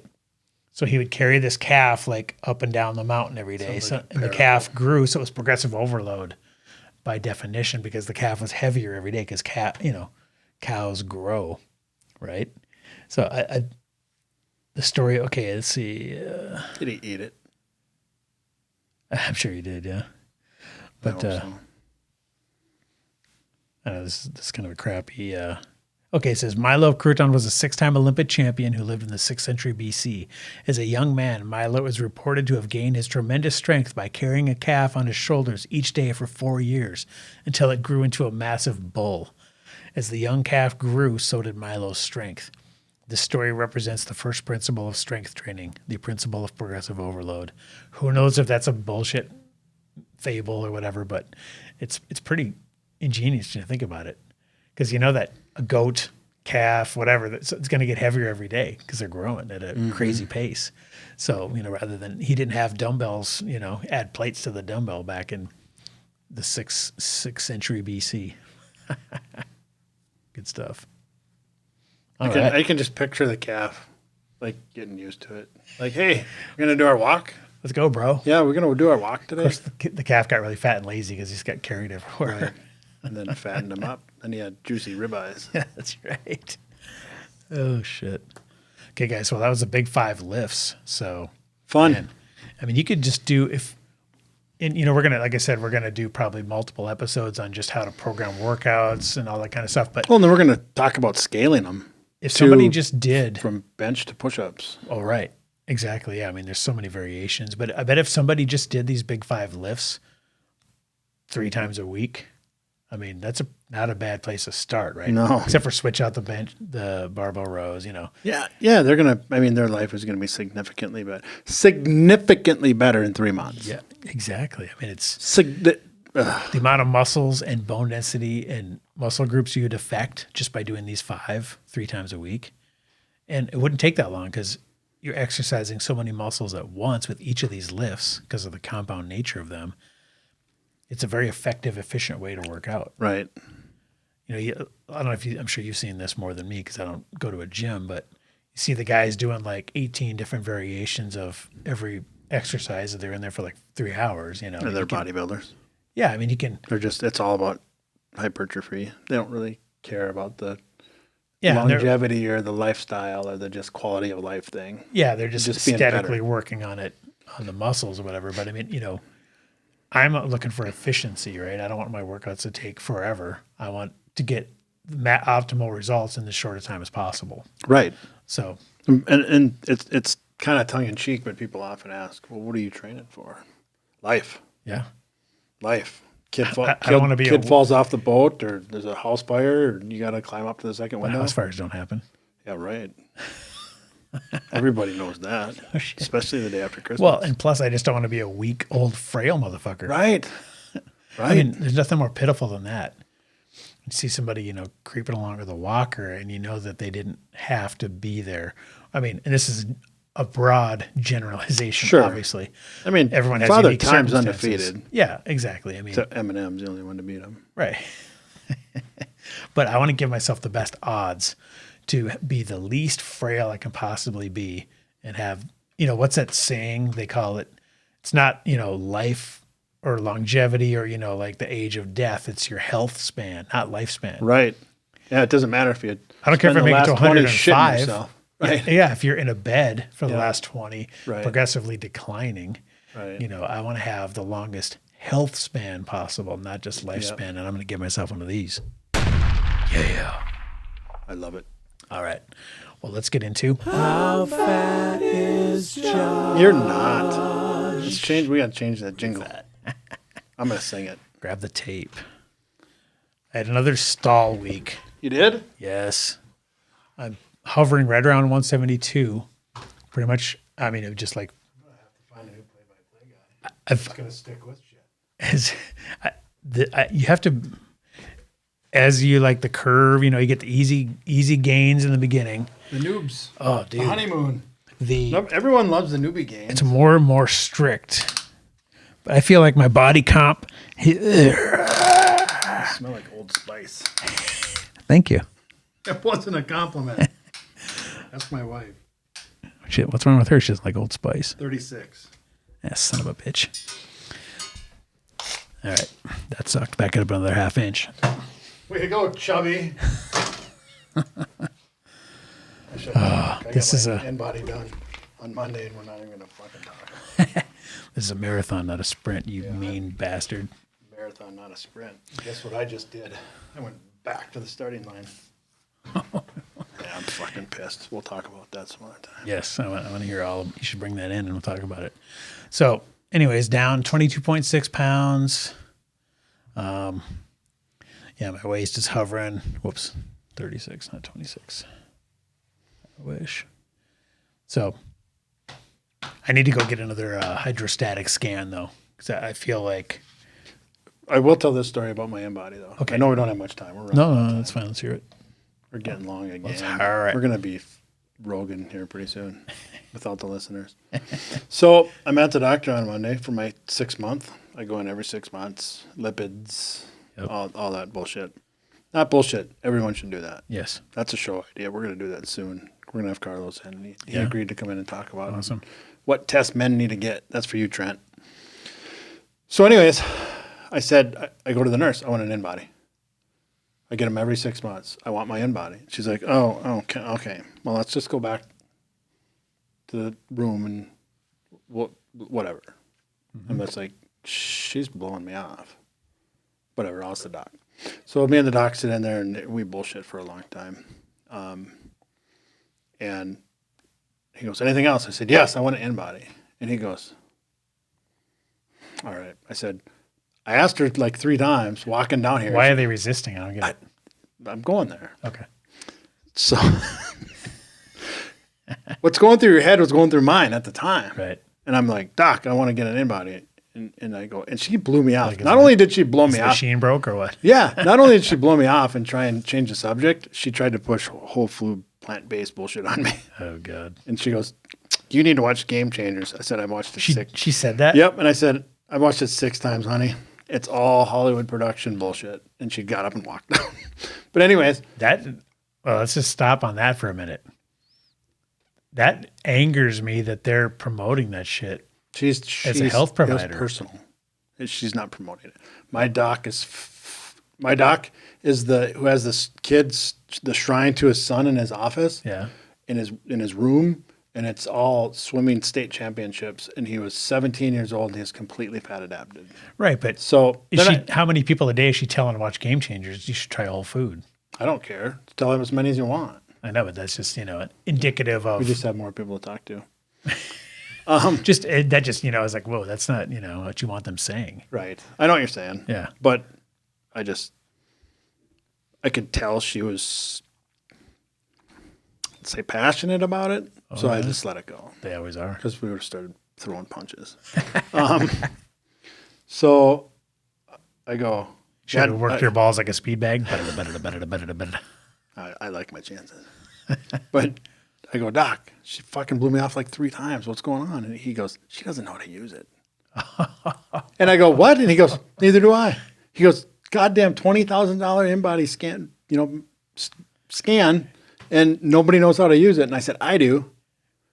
I mean, isn't it just stand on it barefoot and hit this button? You Grab these you got to electrodes? follow along and but you just follow along, but you have to know how to read it. Right. So, and funny. and as proof, it was all in kilograms. They didn't have it set to pounds. So anyway, I'm like, whatever. I can time everything by 2.2. Those things cost $20,000. The really good one. Wow. So anyways, I go and do it. And I hear him like down the hall and around the corner. And he goes, it's goddamn fucking embarrassing. Not one of us know how to, $20,000 on this thing, and not one of us know how to use it, but our patient does. This is ridiculous. And I heard his voice kind of trailing off as he was stomping away. Yeah, but that's Dewey. He's an outlier. Anyone can use it. That's funny, man. It was pretty good entertainment. Well, you have to bring those results in. I will. I'm the next one. I'm not the only guinea pig around here. I know. It was bad. All right, guys. Well, we went pretty long on this one, so that was a 5 big list. We talked about autophagy. We answered Joan's question. Make sure if you have a question. Thanks for the question, Joan. Yes, and send yours to info@fitandfurious.com. We want to know what you guys want to know about, topic ideas, what's on your minds. Make sure you watch on YouTube to check out the extra shenanigans. We're going to be having our instructional videos on these lifts, which we filmed. We're working on those as we speak, so those will be up soon. You can also check out the audio podcast on Apple Podcasts, Spotify, and anywhere podcasts are found. Please subscribe, rate, review, and share. Somebody gave us shit this week on our YouTube channel. They said, dude, you have 66 subscribers and like 50 listens on here. What the hell? I listen every week, but what do we do to get some more numbers up here? They took pity on us. So tell your friends. Yeah, I said, well, hey, we're glad you're here, and tell other people, please. That'll help. So it really does help. I could narrow it down to who that was. Oh, well, anybody can go on YouTube. It's the one comment on the video on last week's video, so not too hard to find. So, anyways, make sure you guys share. It really does help the show. And submit video ideas. What do you want to see us do a video on? On the lifts, rowing, Yep. pull-ups, bicep curls, Exactly. running. We'll have to get somebody else to do that. I'm learning how to run right now. People are like, what do you mean? Just go run. I wish it was that easy. You look like Forrest Gump or what? No, there's jogging and there's running. And pushing with your quads is not running. Pulling with your hamstrings is running. I'm learning right now, and it's so confusing. How can you make running confusing? But it is. It sounds But it's awful. all about the gait. And I just leave the gate closed. You got to run. You got to run. He just literally winced at that. I did. It was so bad. It was visceral. You couldn't contain it. What do we call puns? The lowest form of comedy. Punny. I call him punny. Yep. My son's like you. He gets angry. Really? So I think of every pun I can all day long just to make him. And he literally. So you're literally hashtag dad jokes. He clenches his fist. And he I gets, did under the table. He gets visibly angry. And I'm good at them too, so I think of them all day long. Everybody that thinks they're good at them are good at them. I didn't say they were necessarily hilarious, but I'm good at creating them. Lowest form What's of comedy. technically a pun. All right. So make sure you subscribe, rate, review, and share. Check out furiousmerch.com. We got all kinds of cool shirts there, and that also helps support the show. And we will see you next week. I want to go find that guy.